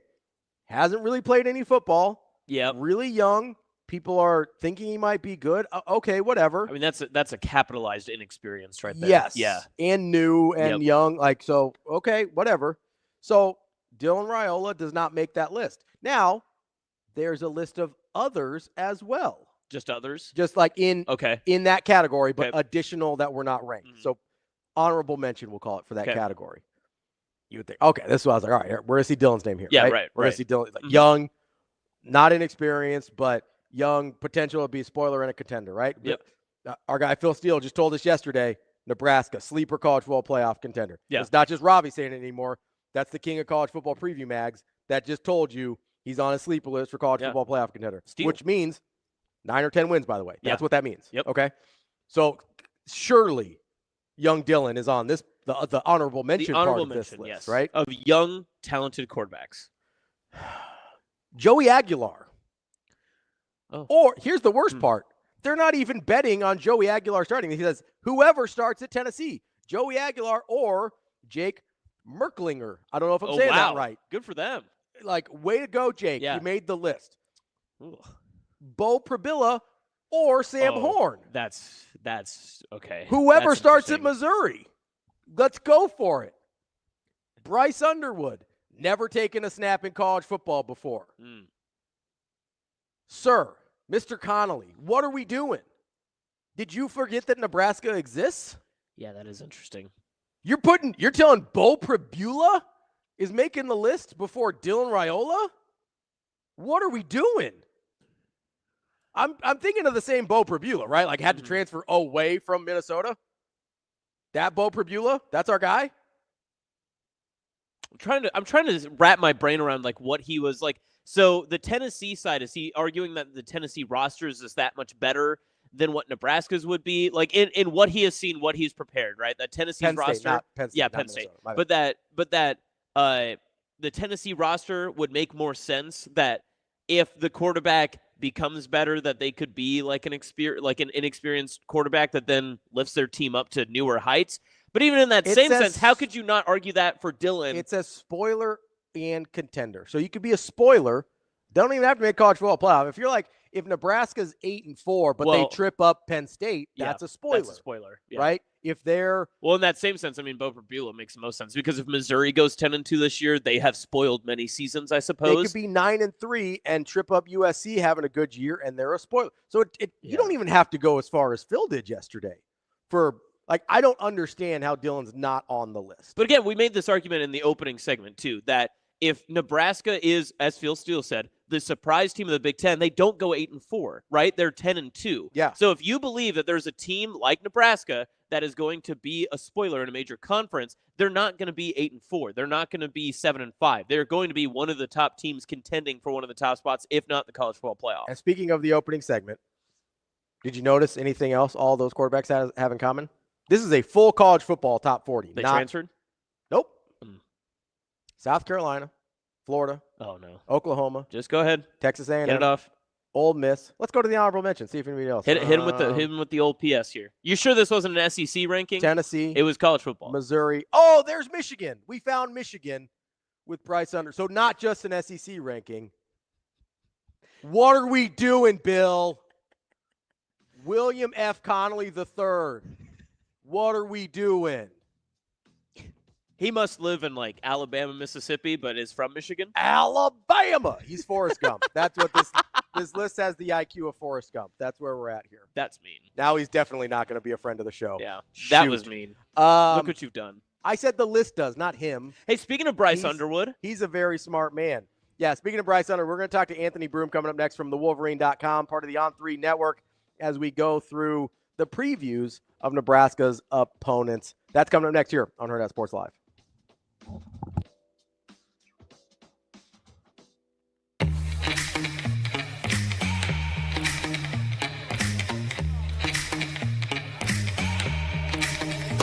Give me that cheddar, we getting Rico. Big money rolls like burritos. Give me that hot sauce, no pico. Give me that.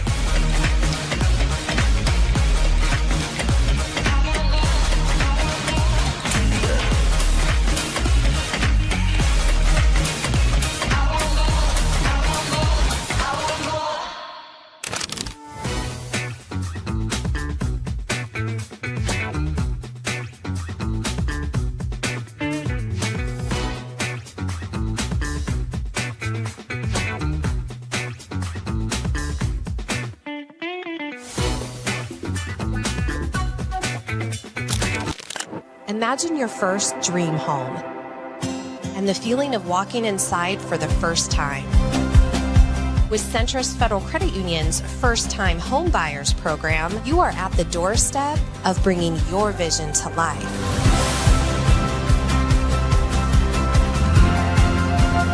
Welcome home. From your neighborhood mortgage experts, Centrist Federal Credit Union. We are where you are.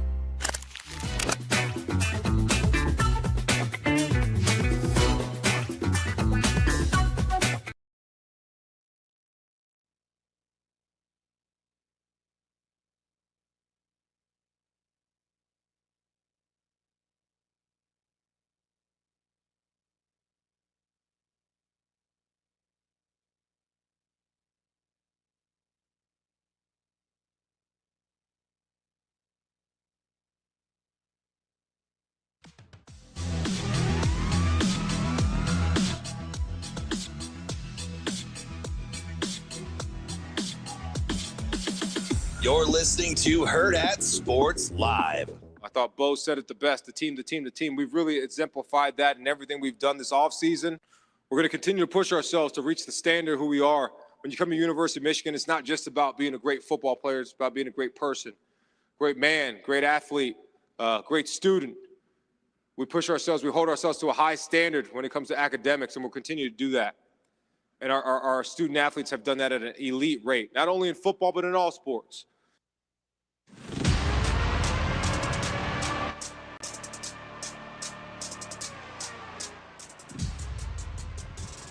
We're back here on Hurrdat Sports Live, presented by Centrist Federal Credit Union. That's Austin. I'm Ravi here at Hurrdat Sports Bar and Grill. We are joined now by Anthony Broome from the Wolverine.com, part of the On3 network, previewing Nebraska's schedule this year. Anthony, how are you? I'm great. Thanks for having me. Yeah, absolutely. We appreciate you joining us.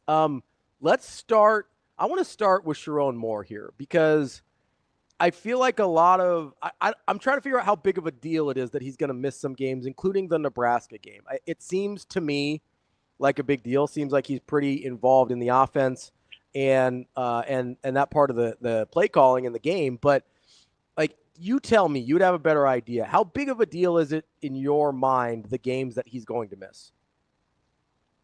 Yeah, well, it's not insignificant, right? Like it's different from when Jim Harbaugh was suspended because Harbaugh was able to coach the team during the week. You're in the meetings, you're putting the game plan in, all those sorts of things. And he had Sharon Moore. That rule since then. Well, and you have a guy who was probably a future head coach on your staff too. Now they've changed the rule where when you're suspended, you're out. Like, you are not with the program. So,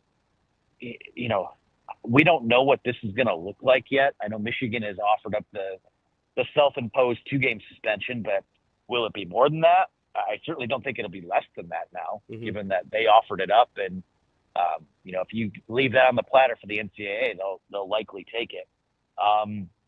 It would be huge because this is not an easy – the schedule, I think, overall for them is a lot more forgiving than last year's when you played Texas, Oregon, Indiana, Ohio State, Alabama, and won those 2 games at the end of the year. But in your first 6 weeks, first of all, Michigan doesn't play consecutive home games at all this entire season.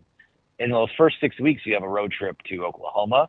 You go to Nebraska in week 4, like you said, and then they go to the USC 2 weeks after that. So the second half of the schedule lends itself to a ramp up, maybe a springboard into the playoff, but you probably need to win one of those 3 road games in the first, 6 weeks. And if you don't have your head coach for one of them, or if it's more than the 2 games, if it's the 4 games, he's not there for 2 of them. That's we're talking about that being season altering. Now,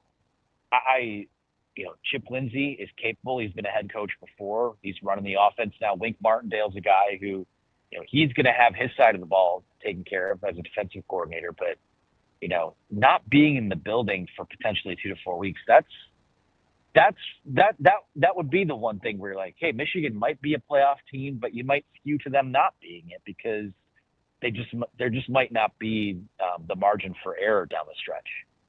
So when you look at how the team is constructed too, through the issues that could arise when you don't have a head coach available for some of those tough games, including a tough road game at Nebraska. When you can rely on your defense, though, it probably gives you a little bit more confidence and credence knowing that, hey, if we're going to have to play it tight, play it close-knit, we can rely on a very strong and tough defense. What is the strength of Michigan's leadership from that defensive side? Obviously, we know of Ernest Hausman, but is there other levels to that when it comes to how talented the leadership development is with that, I guess, the defensive group?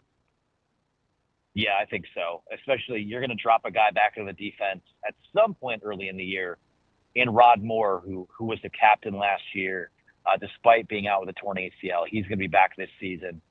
He's a fifth-year guy. He's really is an all Big Ten, potential All-American type of presence for them. So I think you've got that leadership at all three levels of the defense, and obviously Wink Martindale, with the gravitas that he has. And it was a little bit rocky to start the year, but they really finished strong, and I think those guys are completely bought in. And that defense, that's going to travel. We talk about all those tough road games. They're going to have that in their back pocket, and that's going to give them, I think, more than a puncher's chance to win all of those games. So, yeah, I think that what they have on defense, whether Sherrone Moore's there or not, I think that defense is going to have to carry them a little bit early on. As the offense, outside of just Bryce Underwood, the offense is incredibly young and has so many new pieces, and you're building this new system from the ground up. That defense has a lot on its plate already, but will have more so if you need to turn these games into a rock fight without your head coach. So, Anthony, you brought up Bryce Underwood there, and I'm glad you did because that's where I wanted to go next. As you look at this offense and you're trying to project what they can be, how much they can improve over last year, where obviously they really struggled on that side of the ball, and you just laid out that first 6 weeks of the season where they go at Oklahoma, at Nebraska, at USC every other week, and you throw Wisconsin in there as well. How important is it, and I guess how realistic do you think it is that Bryce Underwood hits the ground running fast enough that Michigan's able to reach some of their aspirations for the season? I think it's possible. I think whenever you have a guy who, not just number one quarterback, number one overall recruit, a lot of people think he's a bit of a unicorn, maybe the most college-ready passer to come out since like a Trevor Lawrence. That's all fine and good.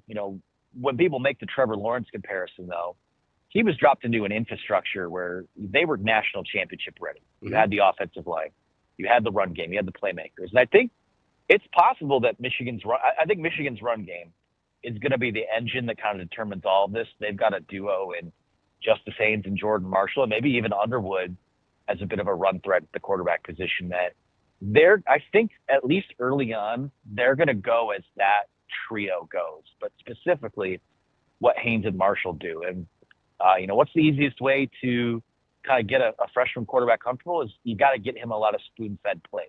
And if you're able to control the line of scrimmage and run the football, and they have questions on the offensive line too. This is not set in stone there either. They could be starting a true freshman at left tackle as well, and Andrew Babalola, who was also a 5-star. A lot's going to have to go right for him to hit the ground running, so to speak. Mm-hmm. But I think that he's capable of being, that rising tide, and his talent alone. I mean, last year, that passing game was, I think, as bad as I've ever seen it. And that includes a 3-9 season that they had under Rich Rod, back in 2009. They're the only team in the country, and this is service academies included, that didn't have a passing play of 40 or more yards. Mm. You can find yourself a busted coverage here and there just by happenstance. They never did. So I think that, you don't want to just apply it to, if they had Bryce Underwood last year, they'd have been much better.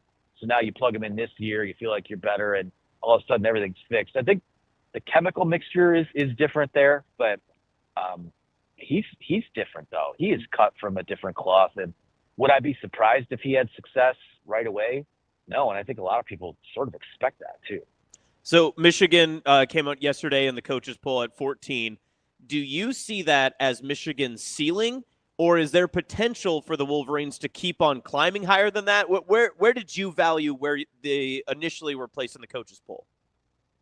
Yeah, it's interesting because I don't know what the coaches' poll criteria is for them. Are you projecting how teams finish? And everyone's different, so it's impossible to know the answer to this. When I see them at 14, what that tells me, you just look at it, zoom out, aggregate in the big picture. That tells me that the coaches think that's a team that could make the playoff, but might also finish just on the outside looking in, which I don't think that's an unfair expectation at all. I think that's probably the most realistic outcome, in this range of outcomes that they have. The ceiling is, I think, higher than that. I could see them being a team that, I think the absolute best case scenario, we're talking everything goes right, Bryce Underwood hits the ground running, this team has everything it needs. I think your absolute best case scenario is probably the type of team that Notre Dame had last year, where maybe you go on this magical run, you're in the title game, but you run into a buzzsaw. That's the most the wide-ranging end of the outcome. The other end would be the offensive line doesn't find its footing, and that Underwood does struggle a bit because he is still a freshman, and maybe they are still closer record-wise to what they were last year. I don't think the variance in what they could be is as wide as what maybe last year's team was, but 14 feels about right, at least heading into the season. So, for Anthony, for you, what is the biggest question mark? You mentioned, obviously, the youth of Bryce Underwood. You mentioned the offensive line and whether that comes together or not. Like, for you, what is the thing you look at and say, hey, this is the thing I am the most maybe skeptical of based on what they have versus what they need from that group?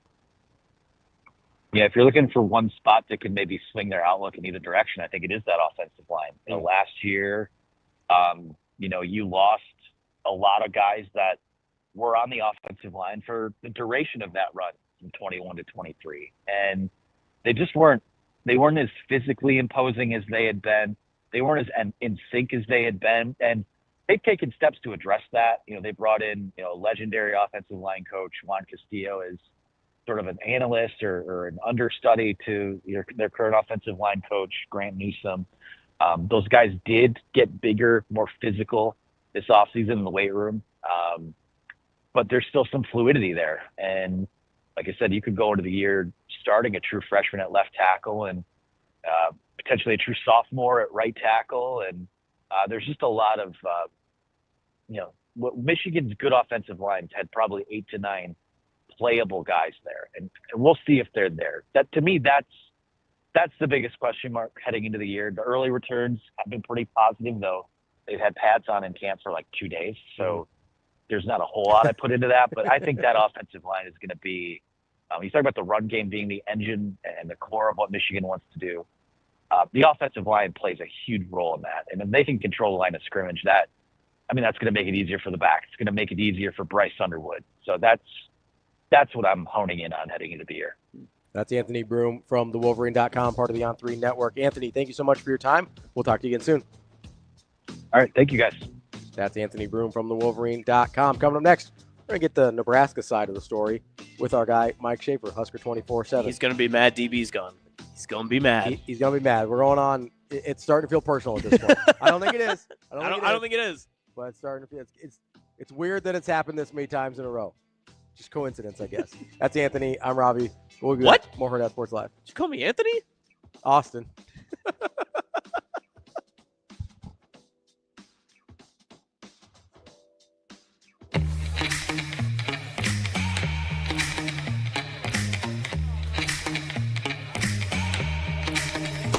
Give me that cheddar, weekend Rico. Big money rolls like burritos. Give me that hot sauce, no pico. Give me that.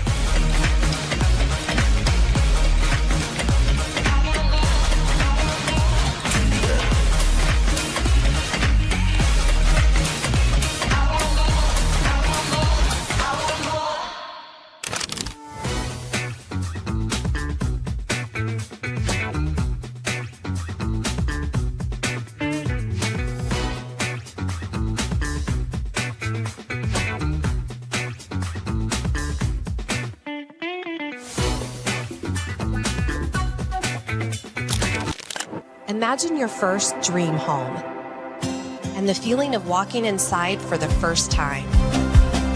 With Centrist Federal Credit Union's First Time Home Buyers program, you are at the doorstep of bringing your vision to life.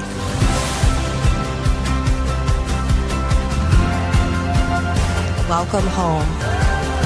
From your neighborhood mortgage experts, Centrist Federal Credit Union. We are where you are.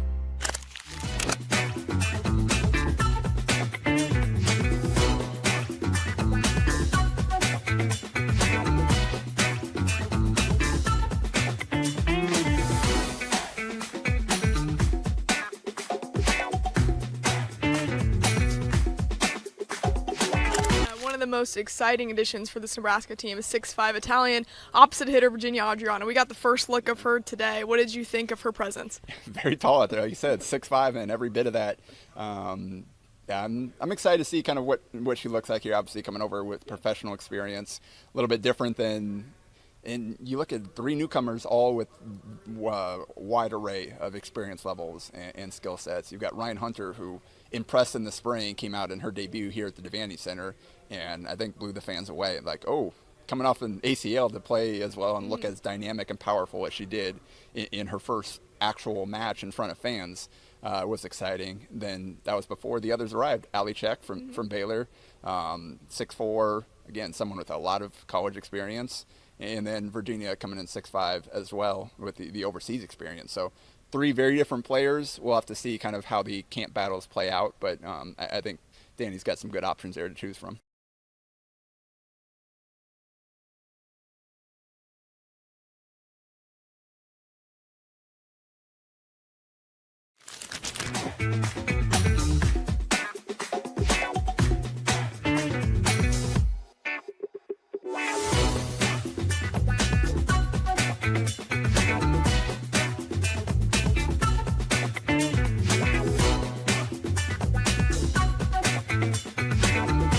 I'd like them to, be very appreciative of all the people that came out here today. I'd like them to be very appreciative to the Fan Fest. I'd like them to be very appreciative of all the people that came out there. But, this isn't like last year. This was a little different. This was, a different schedule. So this was like, kind of me getting on the mic, and it was kind of a fun thing. There's nothing. This is work tonight, right? We're in full. This is our first day in full pads. In the NCAA right now, you get 1 day of full pads in the acclimation, and then you get 8 more times in full pads before the first game. Just think about that. You get 9 times to be in full pad. 9 times you can actually physically tackle someone before the first game. If you want to know why early season football sometimes looks pretty sloppy, that's why. And so we don't have any time to waste. And so, I'd like them to, entertain the crowd with their effort, with their physicality. So I haven't really said very much. To me, we have so much work to get done, and this is like a really business-oriented team. So, I want them. I want them to have fun. I want them to dap people up at the end and all that. But we just have to get better at football while we're out there. As important to me, and the fans are unbelievably important to me. That stadium's very important to me, and winning home field. And so it'll be the first time under the lights in Memorial Stadium. So I expect us to play to a certain standard when we're in there.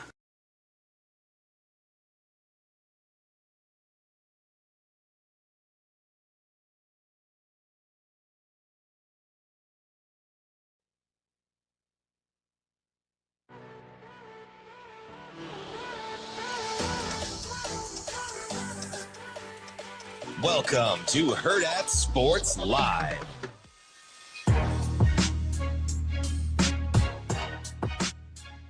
Welcome back, Hurrdat Sports Live, presented by Centrist Federal Credit Union. That's Austin, famously not Anthony. Thank you. Austin Jacobsen. We talked to Anthony Broome last segment.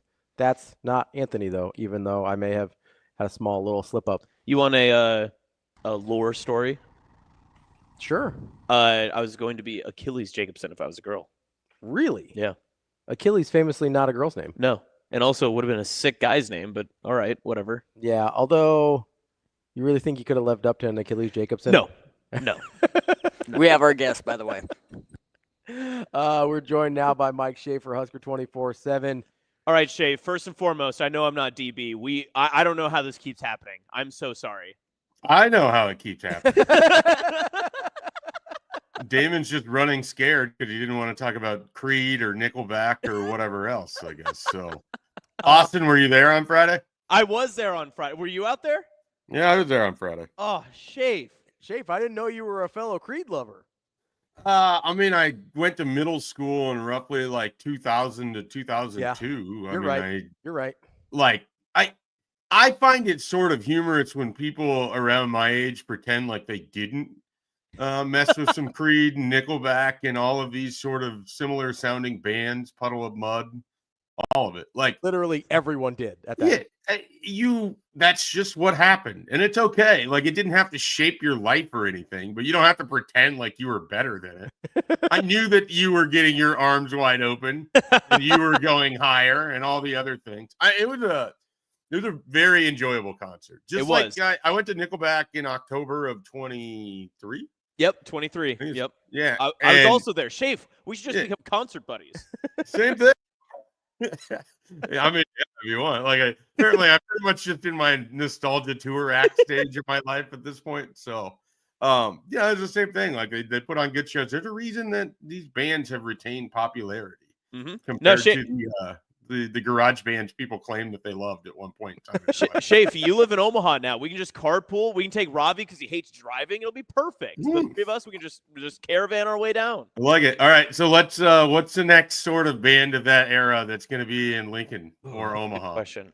I'm fingers crossed that Nickelback's making a return. That's what I'd love to see. I don't know. I'm kind of open to the wind when it comes to that because Creed. If you would have told me like a couple years ago, would you be going to a Creed concert? I don't know if I would have said yes, but my Creed appreciation increased over the past year. So I was very excited when I saw that. You're going to explain how your Creed appreciation for a concert in which most of the songs came off of the Human Clay album released in 1999 increased in 2024. A guy can't love traditional music, Schaefer? I can't learn to love something new? I mean, absolutely. Look, I just discovered John Fogerty and CCR, I guess, a couple days ago. So, no. I mean, please show some respect for the Weathered album also, please. I mean, come on. Yeah, sorry. How dare you? Schaefer, before we get into real football stuff, I did want to ask, because you recently had a child, and somewhat recently, whatever. I don't know how old is he? No, he's not one yet. He's 16 months. Or, excuse me, no. Notable Millard North alum. He's going to be 18 months later this week. There we go. Future Miller North alum, Hudson Schaefer. So here's my question, because we got this wild nugget about Austin lore here before we came to you here, that he very nearly was named Achilles Jacobsen, and I'm curious, were there any like really, I don't know about out there, but like kind of like, oh man, this name would be super cool. But like you're also like, you name your kid Achilles, you're kind of asking him to live up to a lot, I feel like. Yeah. Did that enter in your thought process at all as you're naming the child? Not a ton. I mean, a lot of it, it's a joint effort. So there's that. So it's obviously going to work for both people. The thing with Hudson's name is we knew we wanted to have a kid, and we would just sort of like throw names at each other well before the kid was even a reality. And so Hudson, Shelby like tossed that one out there. I remember like we were driving up to Omaha, as I did much of, my time before I will eventually live in Omaha. I spent a lot of time just on the road driving to Omaha, which is part of why we're moving there, I suspect. But so she threw that one out there and we both just immediately liked it. And like, so we had like a group of 7 names because we didn't find out if it was going to be a boy or a girl until Hudson was born. So we had a group of like 7 names for each, for a boy or for a girl. And then we just kind of whittled it down. And like after cutting off like 2 of the boys' names, we were like, let's just go to Hudson. We, with a girl, it was a lot harder. And so we had a few in there. I'm not at liberty to say, because if we have a second kid, my wife wants to be able to. You don't want to spoil them. That was a follow. That was going to be the follow-up. I appreciate that. There's a few in there. I remember when we introduced Hudson, like the amount of people like, where did you come up with that name? Is that like a family name? And I was like, no, I just really liked when Sully Sullenberger landed the plane on the river in New York, and he was just such a hero. I wanted to commemorate that moment by naming my son after this courageous, human. And I'm not Irish, so I couldn't have went with Sully, or anything like that. So, that's how I generally responded to it. But a lot of people were just like kind of surprised by it. And I'll be honest, I kind of liked the sort of regal, hoity-toity country club-esque sounding names. So Hudson was pretty perfect for me. So you're telling Hudson me Schaefer does sound like he could go to an Ivy League. He sounds like he's gonna get beat up and stuffed in a locker at Millard North if he doesn't have my height. That's my concern for him. That would never happen at Millard North. Salt of the earth. I Salt of the earth. forget that we're post bullying. That's not when people used to get beat up for not listening to Creed back in the day. That's right. Perfect. That's right. Oh. Shape. So famously, I do not want and will not have kids. Nice. Famously. But I'm well aware. You know, when you're younger, you kind of just assume you're gonna have kids, so you kind of think about names and stuff. I was going the opposite direction. Like I would have named my kid the most like, hey, you better live up to this, otherwise you're gonna be embarrassed. Jacobsen, Lulla? No, I was gonna go a little bit closer to my roots. I wanted to name a kid Jai, Jai. It means victory in Sanskrit. It's like, hey, go get it, bud. That's what we're doing. So I'd have leaned all the way in. Name. I wouldn't. Yeah, Jai Lulla is a cool sounding name. It's a pretty cool name, right? Like, I'm not gonna lie. Like That you're robbing the world of this opportunity. Jai Lulla would have had a great senior day game at Millard North High when the whole crowd stands up because he's been riding the bench for 4 years. Yeah, Jai! Come on. The thing is, there's certain names, and like that one, Jai just works on its own. Like that's a single name. Great name. It's like the Pele. It's like that. It's the Federer, the Nadal. Those are last names, obviously. The Jordan. But a Jai, like everyone's gonna just go by Jai. No one's gonna go with Lula. It's an incredible name. So if there's any other Lulas out there that want to use Jai, you're welcome to it. All right, Schaefer, let's keep. You're signing over the rights. I am entitled to compensation later down the road. Let's keep playing the name game, Schaefer. Favorite name on the 2025 Nebraska roster? Just straight name? Straight name. Oh, geez. Now I'm like, who's even on the roster? I think who is anyone that plays for Nebraska? The only one I can think of. Okay, so this is weird because it was a name that came up on the girls list, and it probably won't actually go that route. Should we Williams have a girl, and Winari? No, I really like the name Quinn. I'd never thought of it as necessarily like obviously Quinn Snyder, is probably the only guy that I've known named Quinn or that I could think of. Quinn Clark, that's a solid name. So it's a very solid name. Keelan Smith, the wide receivers generally by rule, Janiran Bonner. Wide receivers generally have cool names. Corey Barney's a cool name. I mean, Corey Barney sounds fast, and it's a good thing he is. I will say Rowdy Bauer sounds like a line. Like that guy sounds like a linebacker. Rowdy Bauer, yeah, Norfolk's finest. That guy sounds like a linebacker. Rowdy Bauer would be, I don't want to say. I don't want to get Rowdy Bauer in trouble by saying he's stuffing people in lockers, but he sounds like somebody. He sounds like Rowdy he's stuffing the run. That's what Rowdy Bauer's doing. He sounds like he could be a professional wrestler. Rowdy Bauer. Yeah. Oh, that's a good one. I like that one. Yeah, that's a good. Do you have one? Do you have a sleeper that you're? Well, Aaron actually stole mine in chat. Sierra Wright, and also just the interesting way to spell it. Like, when you see Sierra Wright, it does sound Hollywood. So I do like the thought of that. That when he makes a big play, you got a Sierra. I mean, if we're just going with just the coolest name on Nebraska's roster, it's because of being a fourth, I guess, if you would. I mean, it's Willis McGahee for me. I mean, that's just the memories of what that brings back of his dad and that time of college football. I was texting a media colleague of all of ours the other day, and we were going back through like our favorite random college football games. Like pretty much all of mine come in the era of 2002 to 2008. Like that was like my favorite era of college football was like right of my high school, early college era. All of my favorite games come in that stretch. And Willis McGahee was an unbelievable running back in that time. I think that's about the same for me. I mean, probably one of my favorite football games ever is that Texas Tech in, what was it, 08? That came up. We were running through a list, and I think my favorite random, just regular season game of all time, if you guys remember this, and it might be a little bit older than Austin would remember, but Miami played West Virginia on a Thursday night, and West Virginia had them on the ropes, and Miami was like the biggest program at the time, and it was a Thursday night ESPN game, and it was, I believe, Rich Rodriguez and wasn't Pat White, West Virginia. So it was before they had really kind of blown up. But it's like Thursday night in 2002 or 2003. And Kellen Winslow makes this incredible, before he became like someone you don't want to talk about. Kellen Winslow made an incredible catch. There was a either pass interference or clipping call that allowed Miami to sustain this thing.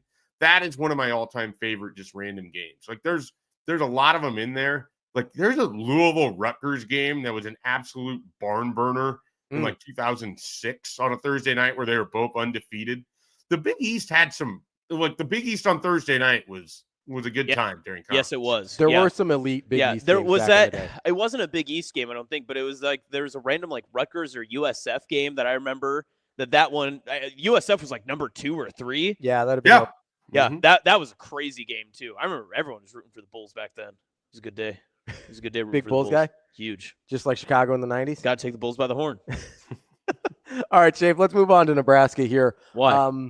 Well, it's his job and his area of expertise. I don't know. It seemed like a good idea at the time. Obviously, we got to see the open practice on Saturday. You've been there for kind of all of what we've been allowed to see at this point. I guess through a week, has anything really like gotten your hair to stand up, like got your ears perked? Like, is there anything that you're looking at and saying, hey, like I'm paying attention to this. This is interesting. I think when we were talking either last week or 2 weeks ago, the position group I said that I most wanted to watch for this open practice on Saturday, it must have been last week, was the wide receivers. And they did not disappoint. And that's without Dane Key, really being involved in much of the practice on Saturday. And so much of it isn't Isaiah Hunter or Ja'Cory Barney, guys that you already expect a certain thing out of, which is wild because they're just going to be sophomores, but you just have an expectation of what they're going to be. I thought Cortez Mills looked really smooth in what he did on Saturday. Keelan Smith looked great. Keelan Smith looked incredible. Some of what that tells you is that, okay, like they have some depth here. If anything were to happen to some of their top guys, you can turn to Keelan Smith and to Cortez Mills and to Quinn Clark, and you're going to get production out of them. Like they're in their second season, but they're looking better. And the wide receivers as a whole look good on Saturday. I mean, Keelan Smith had a terrific, and it's one-on-ones and take it for what it's worth, but a terrific play over Andrew Marshall, who looks like he's going to be Nebraska's corner opposite of Sierra Wright. Now, I don't want that to make it seem like Andrew Marshall isn't going to be able to hang. It was just like a Moss-esque type catch over him from Keelan Smith, who showed some explosion. This was a guy that didn't have much to say last year as a freshman, but as a senior for Liberty North, I think, down there in Kansas City, he had a monster year. Like he was pretty good as a junior. People were like, oh, this is kind of an interesting take for Nebraska. And then he was like one of the best players in the whole Kansas City area as a senior. And so he has that explosion. We know the NFL bloodlines with his dad, Neil Smith. So Keelan Smith is certainly someone that I think kind of announced himself to those who weren't maybe aware of what he could do if they were paying attention to him on Saturday night. He had some nice catches in the live period. And like I said, Cortez Mills just looks smooth. Everything he does is smooth. The way he runs his routes, the way he's able to just kind of subtly shake defenders. He's a freshman, and I think he has really, really big upside. Like that's a guy that if I could just, if I could wave a wand and be like, you can't go in the portal because I want to see what your career looks like at Nebraska. That is someone that has so much upside. And, we've been sort of fortunate. Hyper competitive too. We've seen some, absolutely. We've seen some guys that have spent, much of their career at Nebraska and Jordan Westerkamp and Stanley Morgan and people like that. Cortez Mills has bigger upside. And it's hard to explain what makes him so good because he's not the fastest. He's not the biggest, but he just sort of is open and smooth, and he knows how to like avoid contact. He knows how to finish his routes in a certain way. There's just something about him that I guess polished is the way that I would describe it. He seemed very polished for a freshman wide receiver. And if he looks like that right now, what's he going to look like when Corey Campbell continues to build that body and when Daikiel Shorts can teach him the in and outs of being a college wide receiver and then he gets to work with an offensive coordinator that can feature him and can put him in situations where he can win against the defense. I think there's a lot of reasons to be excited long-term about what Cortez Mills can be. So, Schaefer, you mentioned all those wide receivers. After you came out of that Saturday practice, did you feel like the receiver group as a position group moved up in your, I guess, mental power rankings of the most important or most impactful groups that Nebraska has just overall in the team?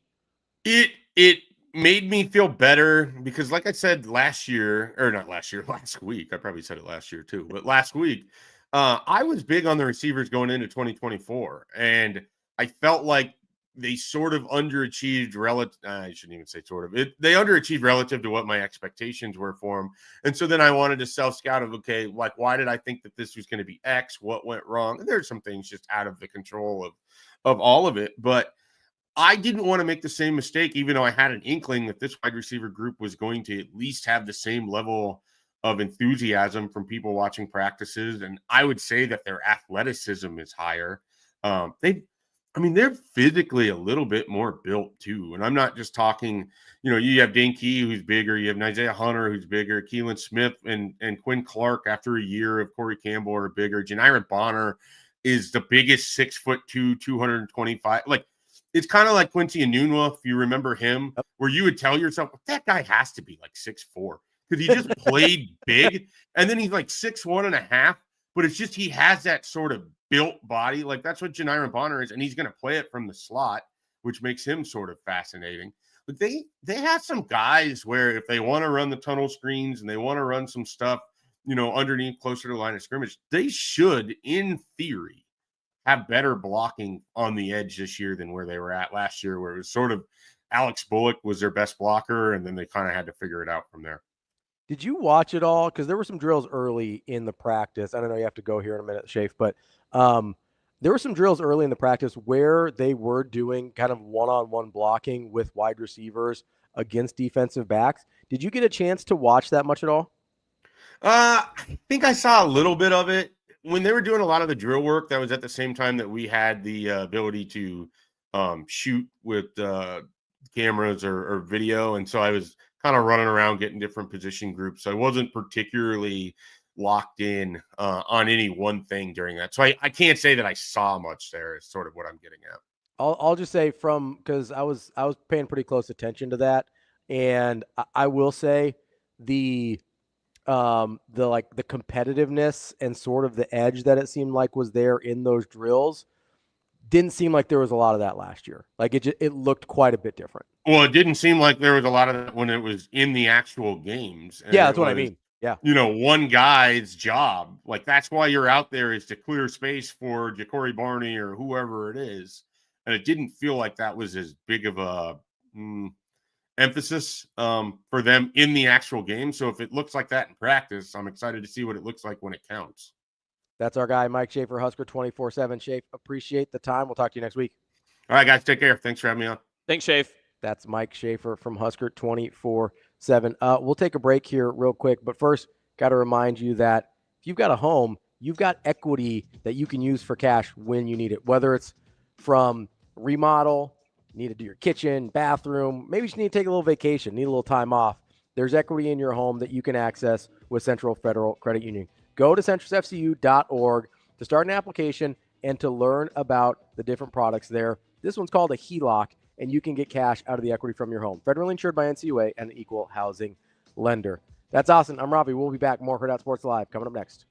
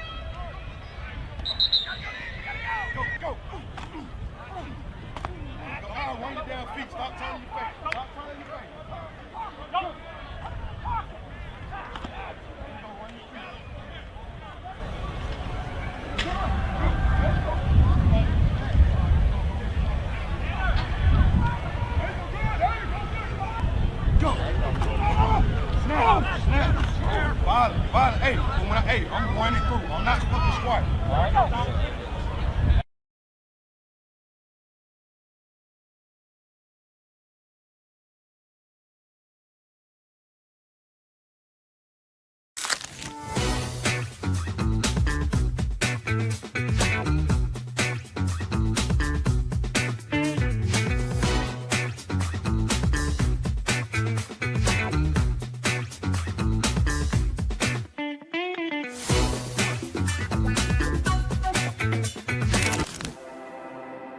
We're in the neighborhood, just down the street.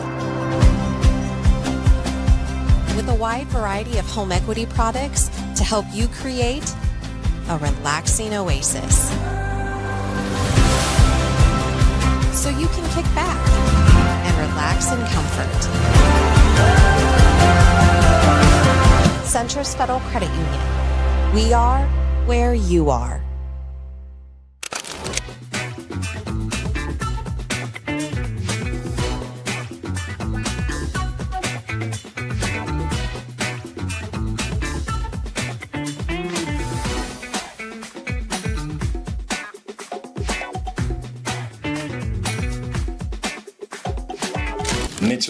Mentally, he's just matured a lot. You know, obviously, Jacobsen was, a good player last year. He played early as a freshman, so, it's hard, that next year when you play early as a freshman, because when you play, you're just playing on pure talent. You don't really know what you're doing yet.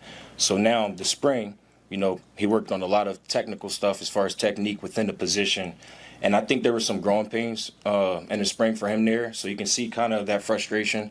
But he's worked extremely hard over the summer, and I'll tell you what, he's playing pretty fast right now. I'm really happy with him. He's just got to continue to develop. He's still young. I think he's going to be just fine. When you say technical stuff, like what are we talking about? Technique at the receiver position, as far as top of the route mechanics, press, line mechanics, just in and out of my breaks, stuff like that. Just small technique stuff. I mean, he was just so young, and when you get a guy like that, he's just so fast. So all he knows is boom, 100 miles per hour. So now it's like, controlling your speed, dropping your weight, playing with good pad level, playing with a good base, catching with extension. So I think he's definitely trying to take the step in the right direction.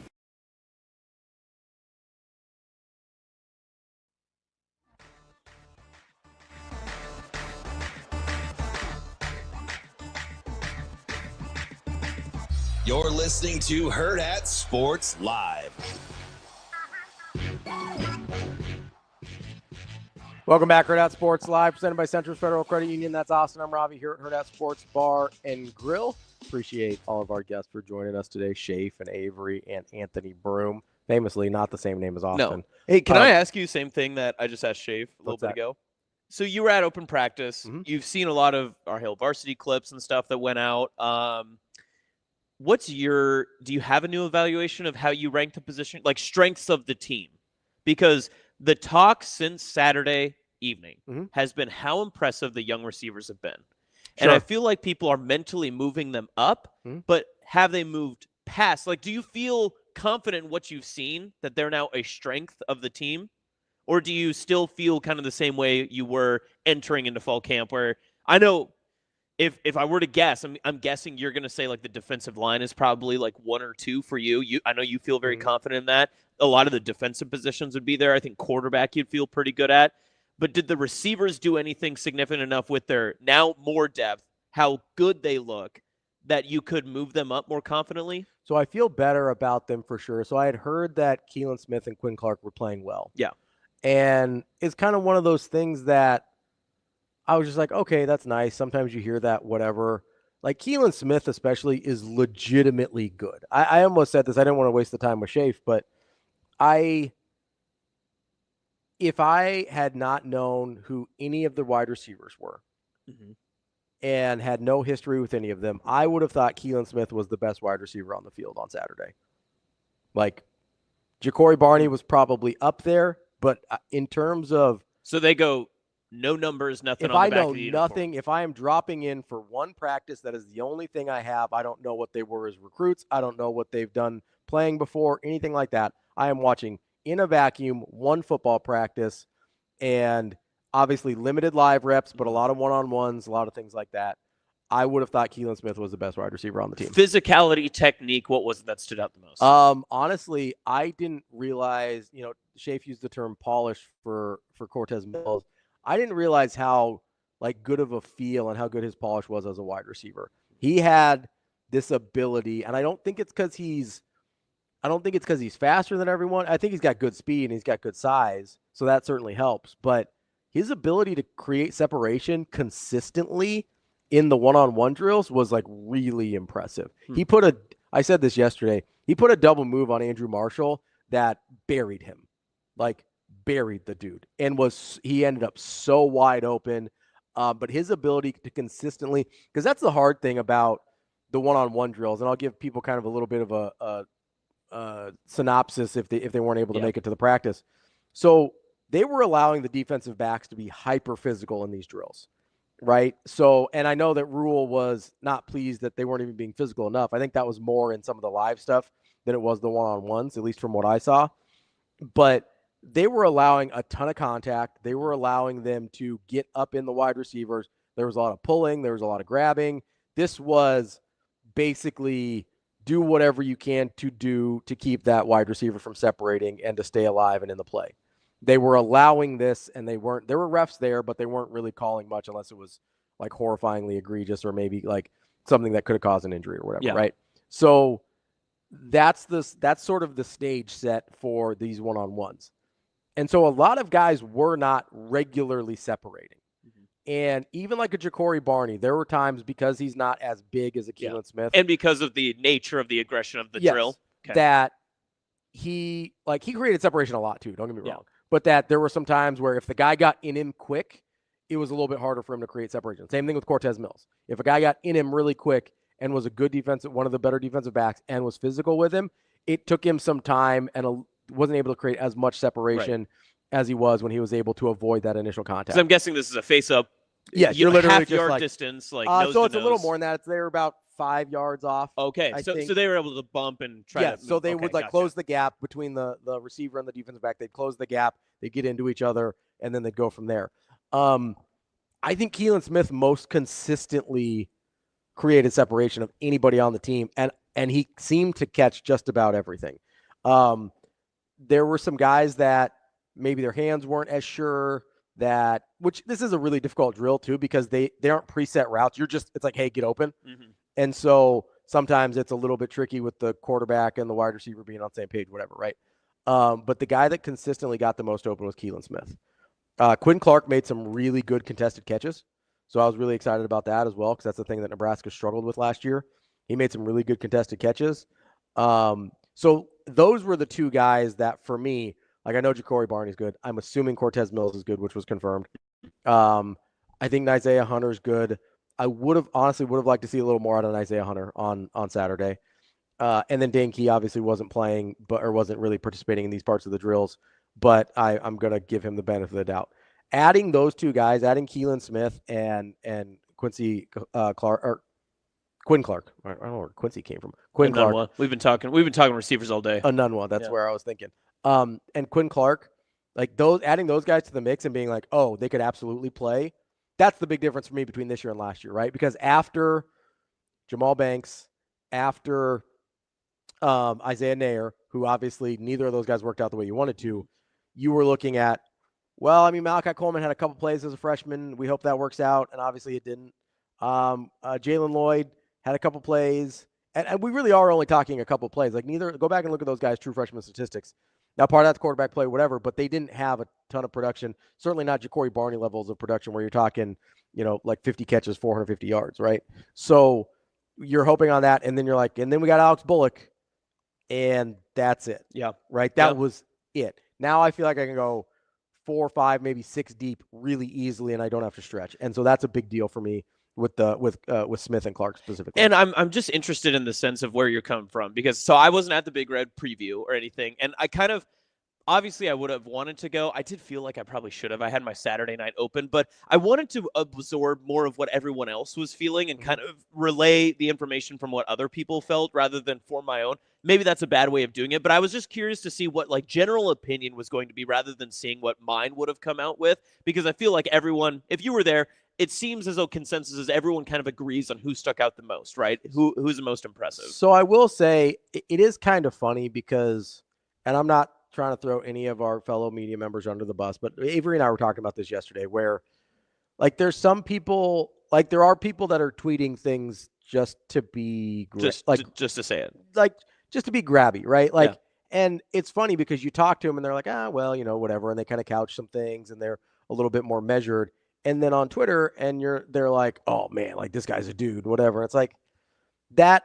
I think you do have to be careful with with some of the things you see on like Twitter. Yeah. I think Avery's very measured. I think she tries to not say anything unless she actually 100% believes it. I try and be the same way. I'm a little bit more over the top than she is because I feel very good about extrapolating like athletic movement. I'm not a scheme. Like I'm not going to understand the schemes the way DB is. Yeah.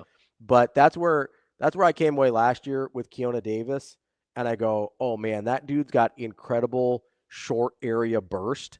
And if I can take that from a defensive lineman, like I will. Short area burst in a defensive lineman is incredibly useful. You can do a lot of stuff there, right? Yeah. So his ability, and then I found out that he was like a shot put and discus thrower in high school. And I was like, oh, that makes sense. You got really quick explosion, short period of time. I really like this about Keona Davis. Then you find out like, oh man, they really love like his frame and his body type and everything. And I'm like, okay, I'm in on Keona Davis.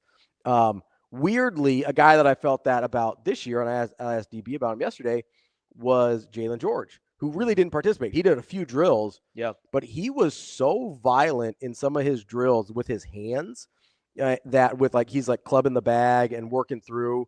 I was really, really impressed. Now I have no idea if that translates because I didn't get to see enough of him, but that was one of the things that like I can't get out of my head is watching Jalen George rip through these bags and move kind of through doing the S curve through the bags and doing the club with one hand, ripping through with the next hand. Like I was super impressed with the drill work from him. Now did not get to see very much of him and nothing in live or one-on-one action. So take that with a grain of salt. But honestly, the thing that stood out the most to me, or the group that probably elevated the most to me, was running backs.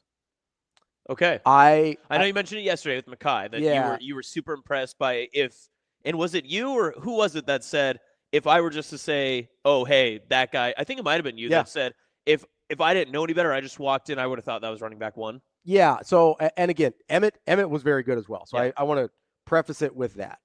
And maybe it's because I had seen more of Emmett, so I was kind of knowing more what to expect. Emmett looked really good. Yeah. I have no problem with Emmett being running back one, and I think he's probably a little bit more comfortable coming out of the backfield at this point. As we saw last year with Dana, his receptions out of the backfield was a really big part of, I think, why Dana likes Emmett Johnson so much. But if I'm just going on running, and DB said something similar here, if I was just going on the running plays and I didn't know who was who and I didn't have – I mean, I famously screwed up the numbers anyway and thought that it was Mosey half the time. Right. I would have thought that 35, which was Mackay Nelson, I would have thought he was the best running back. Like he was the best. I thought he was the best pure runner. And he doesn't look like a 35. I think that's the other part. Probably, yeah, I think it was. I was like, that's not a 35. Give him a single digit. He looks. I would say he kind of looks like one of those running backs with a single digit, like a 3 or a 5 would make sense. I thought of this too because I saw the clips that some people had posted up. He looked like an 11 to me. Oh, okay. I thought 11 would look really good on him. But every time I saw 35, I was like, you're just not a bruiser, man. Like I see 35. I do. You know, that's a big back, right? Yeah. Like that's what I'm thinking. And so I was looking at it, like if I'm just looking at the pure running, like Mackay Nelson really, really impressed me. He looked really good. Emmett Johnson looked really good, and that's why I say as a group, because if you're just going like, hey, I like Emmett Johnson, I think he's going to be good, and then what? Like you've got unproven Mackay Nelson, unproven Quentin Ives, just moved position. Isaiah Mosey, you've got like Connor Booth. That's the other guy. Like I was actually really impressed with Connor Booth.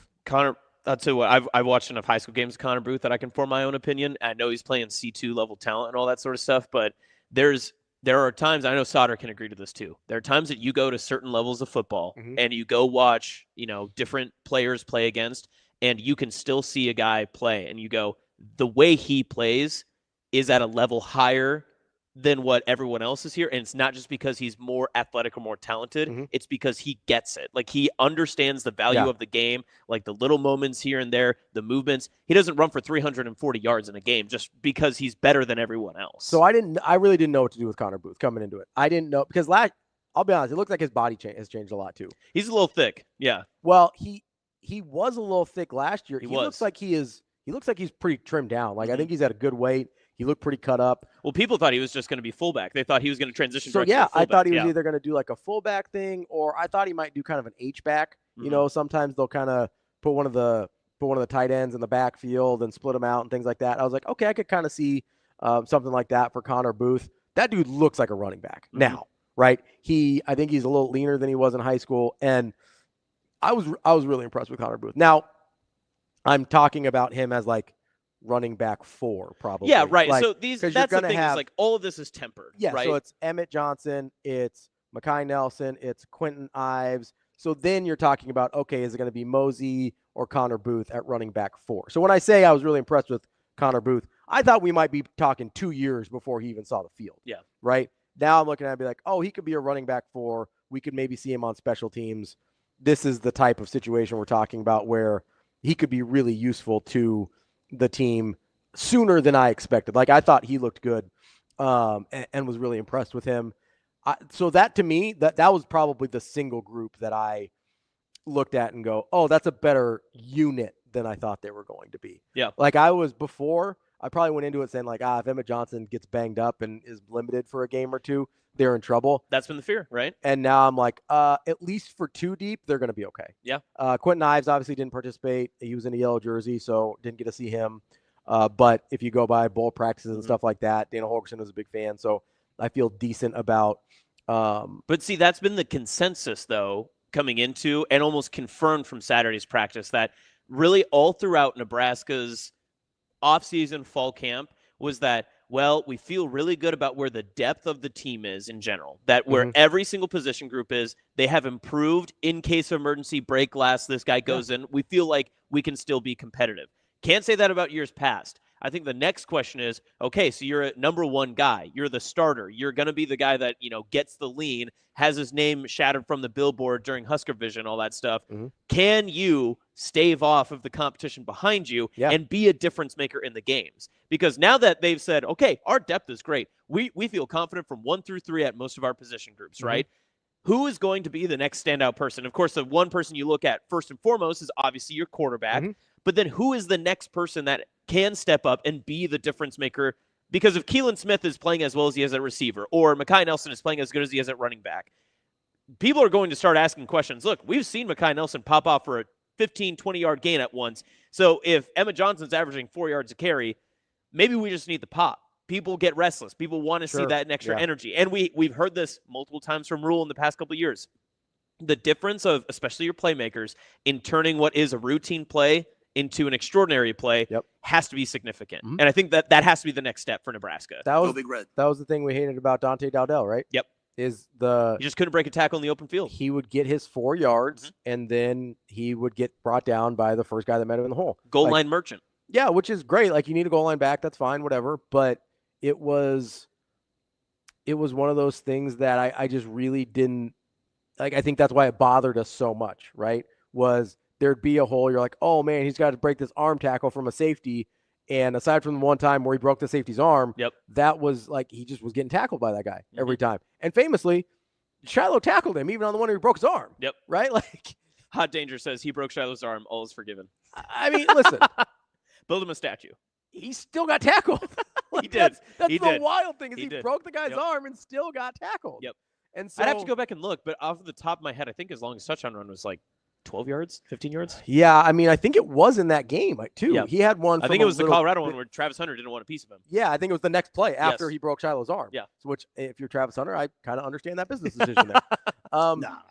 But yeah, so I think that was the big thing is if you can get some of those guys to break tackles. And for Emmett and for Mekhi Nelson especially, it's probably not you're running through a guy so much as you're shifty so they can't get a good, like they only get a finger on you rather than being able to try and wrap up and go for your legs and stuff like that. Well, I'll be honest too, you got to put the pressure on the receivers too. Yeah.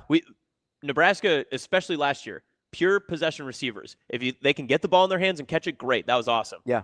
That didn't happen as regularly as it should have with Jamal Banks and Isaiah Nair. But we were told so often about, this top-end speed of Isaiah Nair. You know, once he gets the ball, he can get moving.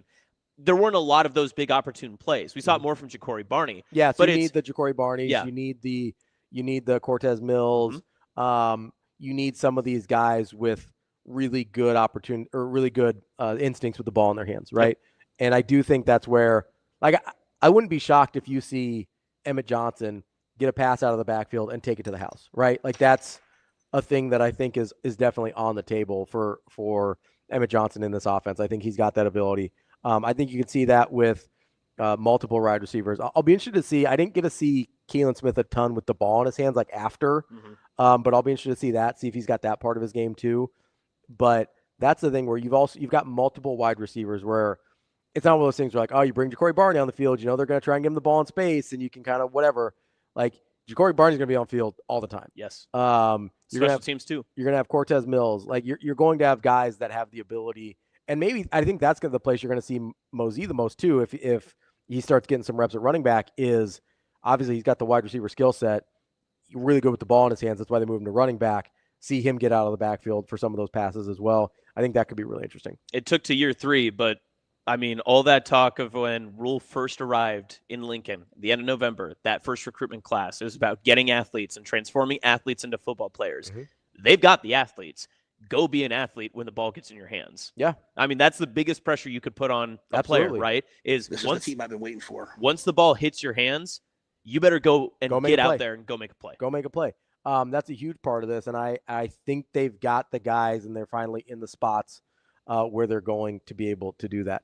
Let's take a quick break here. It looks like Augusta out there. And not out there today. It's a little. There's some. Although it's been rainy, the grass is pretty green. It's chilly yesterday. It was a little chilly yesterday. I'm hoping it warms up a little bit for Pinnacle Bank, but not too much. Last year, famously, DB had to have a blanket for one of the morning shows. It was very cold. Oh, it was legitimately cold. Like, it was like 40 degrees one morning. If he needed a blanket, then it was damn cold. because he loves being cold. Yeah, because it's cold in here all the time. And he's got layers. Yeah, it was. Yeah, it's not like an onion. He's not like. It's not like he's wearing short sleeves. Like, it was real cold. Yeah. So hopefully we've got very pleasant weather for the Pinnacle Bank Championship. But coming back, we'll wrap up the show. There's a couple other things I want to hit on with our guy. I can't wait. With our guy, Austin Jacobsen. I'm Ravi, Lulla. More Hurrdat Sports Live coming up next.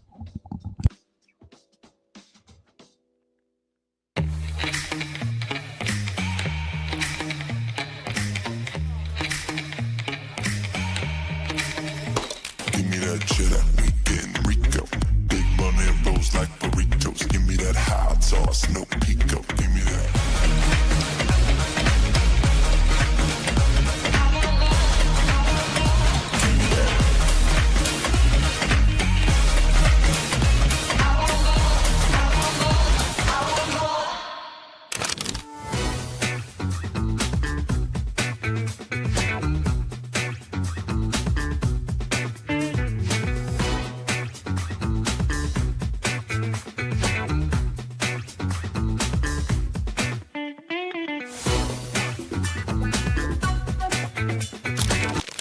Imagine your first dream home and the feeling of walking inside for the first time. With Centrist Federal Credit Union's First Time Home Buyers program, you are at the doorstep of bringing your vision to life.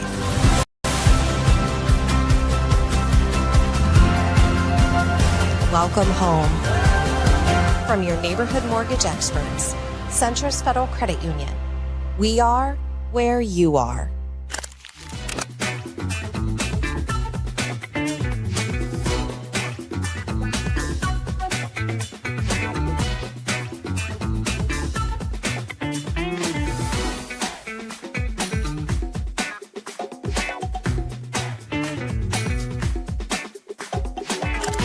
Most exciting additions for this Nebraska team is 6'5" Italian opposite hitter Virginia Adriana. We got the first look of her today. What did you think of her presence? Very tall out there, like you said, 6'5", and every bit of that. I'm excited to see kind of what she looks like here. Obviously, coming over with professional experience, a little bit different than And you look at 3 newcomers, all with wide array of experience levels and skill sets. You've got Ryan Hunter, who impressed in the spring, came out in her debut here at the Devaney Center, and I think blew the fans away. Like, oh, coming off an ACL to play as well and look as dynamic and powerful as she did in her first actual match in front of fans was exciting. Then that was before the others arrived. Ali Czech from Baylor, 6'4", again, someone with a lot of college experience. And then Virginia coming in 6'5" as well with the overseas experience. So 3 very different players. We'll have to see kind of how the camp battles play out, but I think Danny's got some good options there to choose from.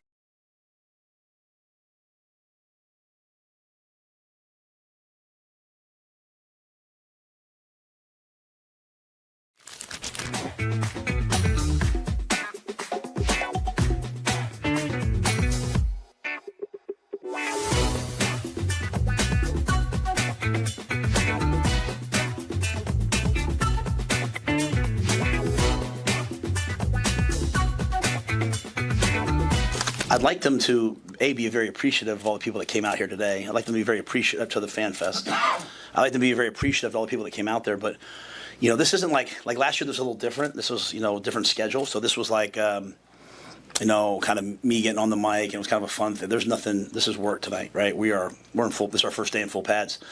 In the NCAA right now, you get 1 day of full pads in the acclimation, and then you get 8 more times in full pads before the first game. Just think about that. You get 9 times to be in full pad. 9 times you can actually physically tackle someone before the first game. If you want to know why early season football sometimes looks pretty sloppy, that's why. And so we don't have any time to waste. And so, I'd like them to, entertain the crowd with their effort, with their physicality. So I haven't really said very much. To me, we have so much work to get done, and this is like a really business-oriented team. So, I want them to have fun. I want them to dap people up at the end and all that. But we just have to get better at football while we're out there. As important to me, and the fans are unbelievably important to me. That stadium's very important to me, and winning home field. And so it'll be the first time under lights in Memorial Stadium. So I expect us to play to a certain standard when we're in there.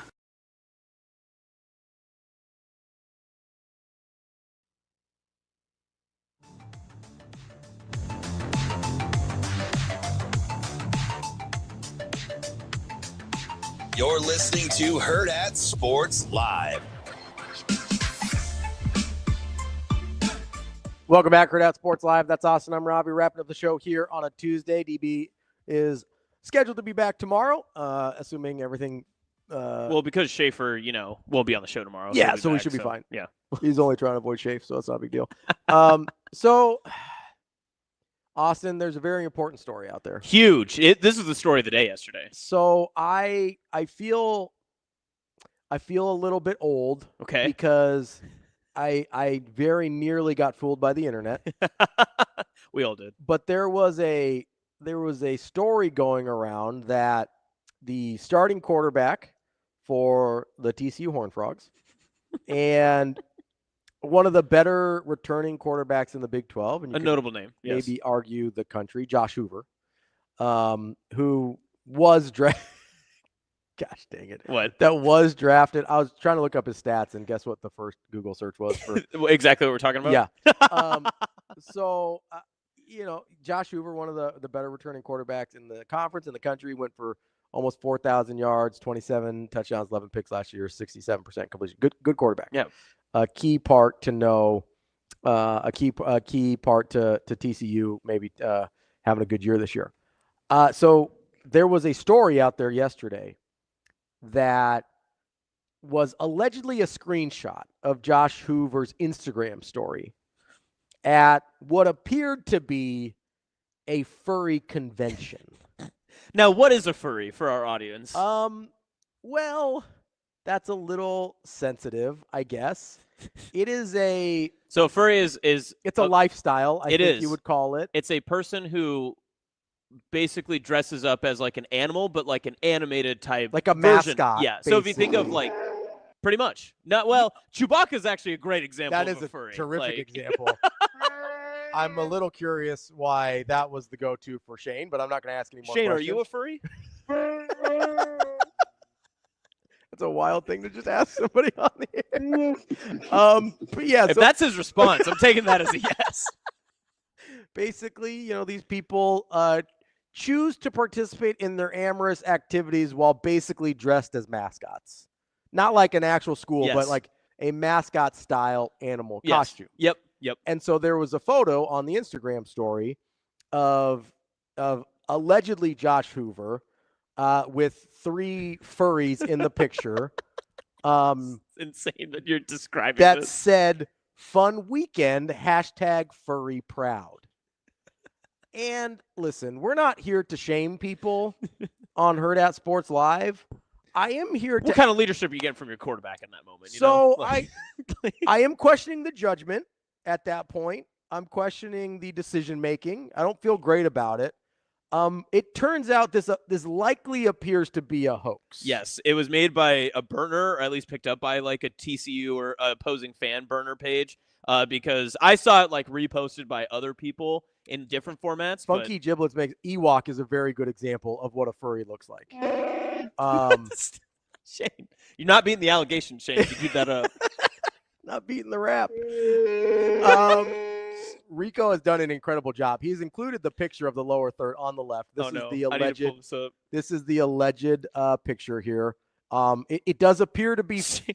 It does appear to be fake. Rico, news. You're working too hard. I've never been more proud.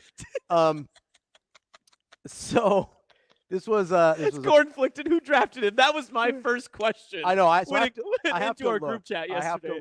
I have to look because he did get drafted. He was drafted pretty high, I think. Hold on, I'll pull this up. I'll find it. So I have to look. But so here's the thing that I thought of though. After I learned it was fake, which I spent like 2 hours believing this was real. Like I put it on the rundown. It was ready to go. And I sat there and I go, oh, Verghese drafted him. I thought it was Tim. I thought it was Tim. Oh, that's perfect. So get an opening question Friday. Hot Danger said, would you be more or less upset if he was dressed up as a horned frog? No, that's team pride. I'd be less upset because he is committed. He is 100% in. Because then he's just supporting the team and the community, right? Absolutely. He's promoting the program. Maybe he got confused and thought it was a mascot convention and like ended up in the wrong spot. Yeah, and be like, we've all been there. These people are really into me. That's weird. So like maybe, but I would be less upset because he's at least showing he's repping the team here. But after I found out it was fake, and it is fake, by the way, I am not reporting that Josh Hoover is a furry. I'm reporting that someone pulled a hoax on Josh Hoover about being a furry. And we're not good for hoaxes. We're out on anti-hoaxes. We're out on fake news. But it did lead me to believe, like, what is the most non-illegal concerning thing you could hear about your starting quarterback at this time of year? Ooh. Me likey. Yeah, that was very Nick Baugh. That was very Nick Baugh. That was very Nick Baugh. Me likey. Probably a weird thing to say during a conversation about furries. But Nick Baugh, not a furry. As far as we'll find out, Chicken Nick. I'll say August 18th. Get your tickets, August 18th. Chicken Nick, 2 weeks from yesterday. Chicken Nick live here at Hurrdat Sports. Maybe I'm a little too close to the college age, but my initial thought, and this is stemming from Johnny Manziel. Pretty much my whole brain just went back to Johnny Manziel. Sure, yeah. I mean, for good reason. If you see like viral videos of your quarterback doing like an Oklahoma drill in spring break, like in South Padre Island, you're concerned, right? Sure, yeah, right. I think like, so. That's like the most like non-illegal activity. You'd be like, he's probably had a few drinks, which he's allowed to be because he's probably of age. But if he's doing like the Oklahoma drill against like a sorority girl, like in a bikini, you would feel like, I don't know about that. Maybe not a great decision. No. Yeah. If I had seen like a starting quarterback, like do a keg stand or something. No, that would earn my respect. I'd have been like, listen, cool, but also I don't feel great. I feel better than the furry convention for sure, but I don't feel great. So your question you're asking is, what's the worst place to be in the public court of bad opinion, right? Like, what is the thing that would concern you the most that is not illegal? Like a thing that they are well within their rights to do? Because obviously if you're like, oh yeah, he got arrested for a DUI, pretty bad. Don't love if they were like really like if they were addicted, and I'm talking like crippling addiction to like Pokemon Go, I would be very, very afraid because that's a slippery slope. I mean, this is a really good example, right? with the Caleb Williams thing. There's a lot of things that Caleb Williams did, not illegal, but weird, not a furry convention, but that he was steps. He's steps away. He's on the 10-step program. And so people are like, I don't really like that he paints his nails. Definitely not illegal. Right. No. Does not affect his play at all, I wouldn't think, unless he's worried about messing up the paint job, But doesn't affect his play, not illegal, not even really concerning behavior. People are like, I don't really like that. Or, he goes and cries in his mom's arms after a loss or whatever. Like, that's the thing people are like, ooh. Amazing Daniel, I'd rather have my quarterback at a furry convention than doing keg stands. I disagree. I'd rather have him doing a keg stand. Listen, that's my Western Nebraska coming out. I'm not a city guy, so that's. I think I agree with I'd rather a keg stand over a furry convention. I think I would. Rico, a professional Magic the Gathering player, would concern me. Yeah. So this is a great example. So when Myles Garrett was going number 1 overall, do you remember his biggest character concern? I don't. Was that he was too into dinosaurs. And they thought it would distract him. I remember this because my roommate in college at the time, and we would watch Browns games, and we'd be like, that guy's thinking of dinosaurs right now. That's why he couldn't get a sack. He's a stegosaurus right now. He's just too tight in the hips. He's like he's like at the end of Step Brothers, where he's like, I was trying to be a Tyrannosaurus. I lost it. A corn-flicted body pillow collection. I'll be honest. The Travis Hunter onesie thing last year, I was like, it's a little weird, bud. That was. We're getting a little weird. Yep. And furry adjacent, and to be fair. I want to be clear. It's okay to have personality and always do things that you enjoy. Sure. But you also have to understand that there's a line where if you're a professional athlete and you're at a certain level of popularity, things that you do will be brought up to light and people can go, that's weird. I'm sure there's 1,000 things that I do that people would be like, that's a little odd. Why do you do it that way? That guy's strange. Yeah, but my life is not publicly noted. And also in that same sense, again, can't shame what people enjoy doing, all that sort of stuff, whatever, be yourself. But if you're going to have a public image and then you put a private spotlight on yourself, Travis Hunter had cameras on in his own house. Yeah, he was streaming. He was live streaming his own stuff. So then, again, it becomes a decision-making thing where it's like, okay, is it the weirdest thing in the world that he's wearing onesies? Probably not. Did it strike me oddly? Yeah. Absolutely. So Amazing Daniel brings up a good argument.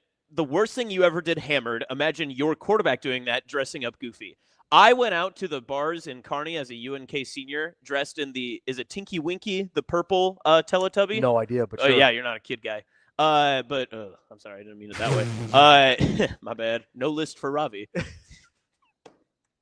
Anyway. I couldn't even list the name of Teletubbies. But I dressed him as the purple Teletubby, and I went out, and there was many videos of me I hope never resurface. Sure. But I don't need to see Dylan Raiola walking around in a Teletubby outfit. I'm just going to say. And trying to play the music off right now. Yeah, I'll keep going as long as I want, Shane. I have a lot of thoughts on this. I will say, as long as it's a reasonable amount and you're of age, I consider drinking to be a fairly normal college activity. Yeah, right. Right. You got to be a kid first. Being responsible, you're of age, all of this, because again, being of age makes it not illegal. Yes. I don't find that terribly concerning. So you're saying cake stands all around? I'm saying if you're 21 and you're drinking responsibly, I am taking cake stand over furry convention. 100% of the time. I have no issue with that. Well, does anyone have any issue if someone's a big hunter? Like Cam Jurgens, big farm boy. No one had any issues with Cam Jurgens being a farm guy, right? No, absolutely not. And that's probably more dangerous. You never know. Arguably, yeah. There's some inherent risk there when you're dealing with firearms. Even if you're safe. Cam Jurgens and Josh Hoover, both working with animals. And that's going to be it for the show. That's Austin. I'm Ravi. We'll be back tomorrow on Hurrdat Sports Live. See you. Have a good day. Love you.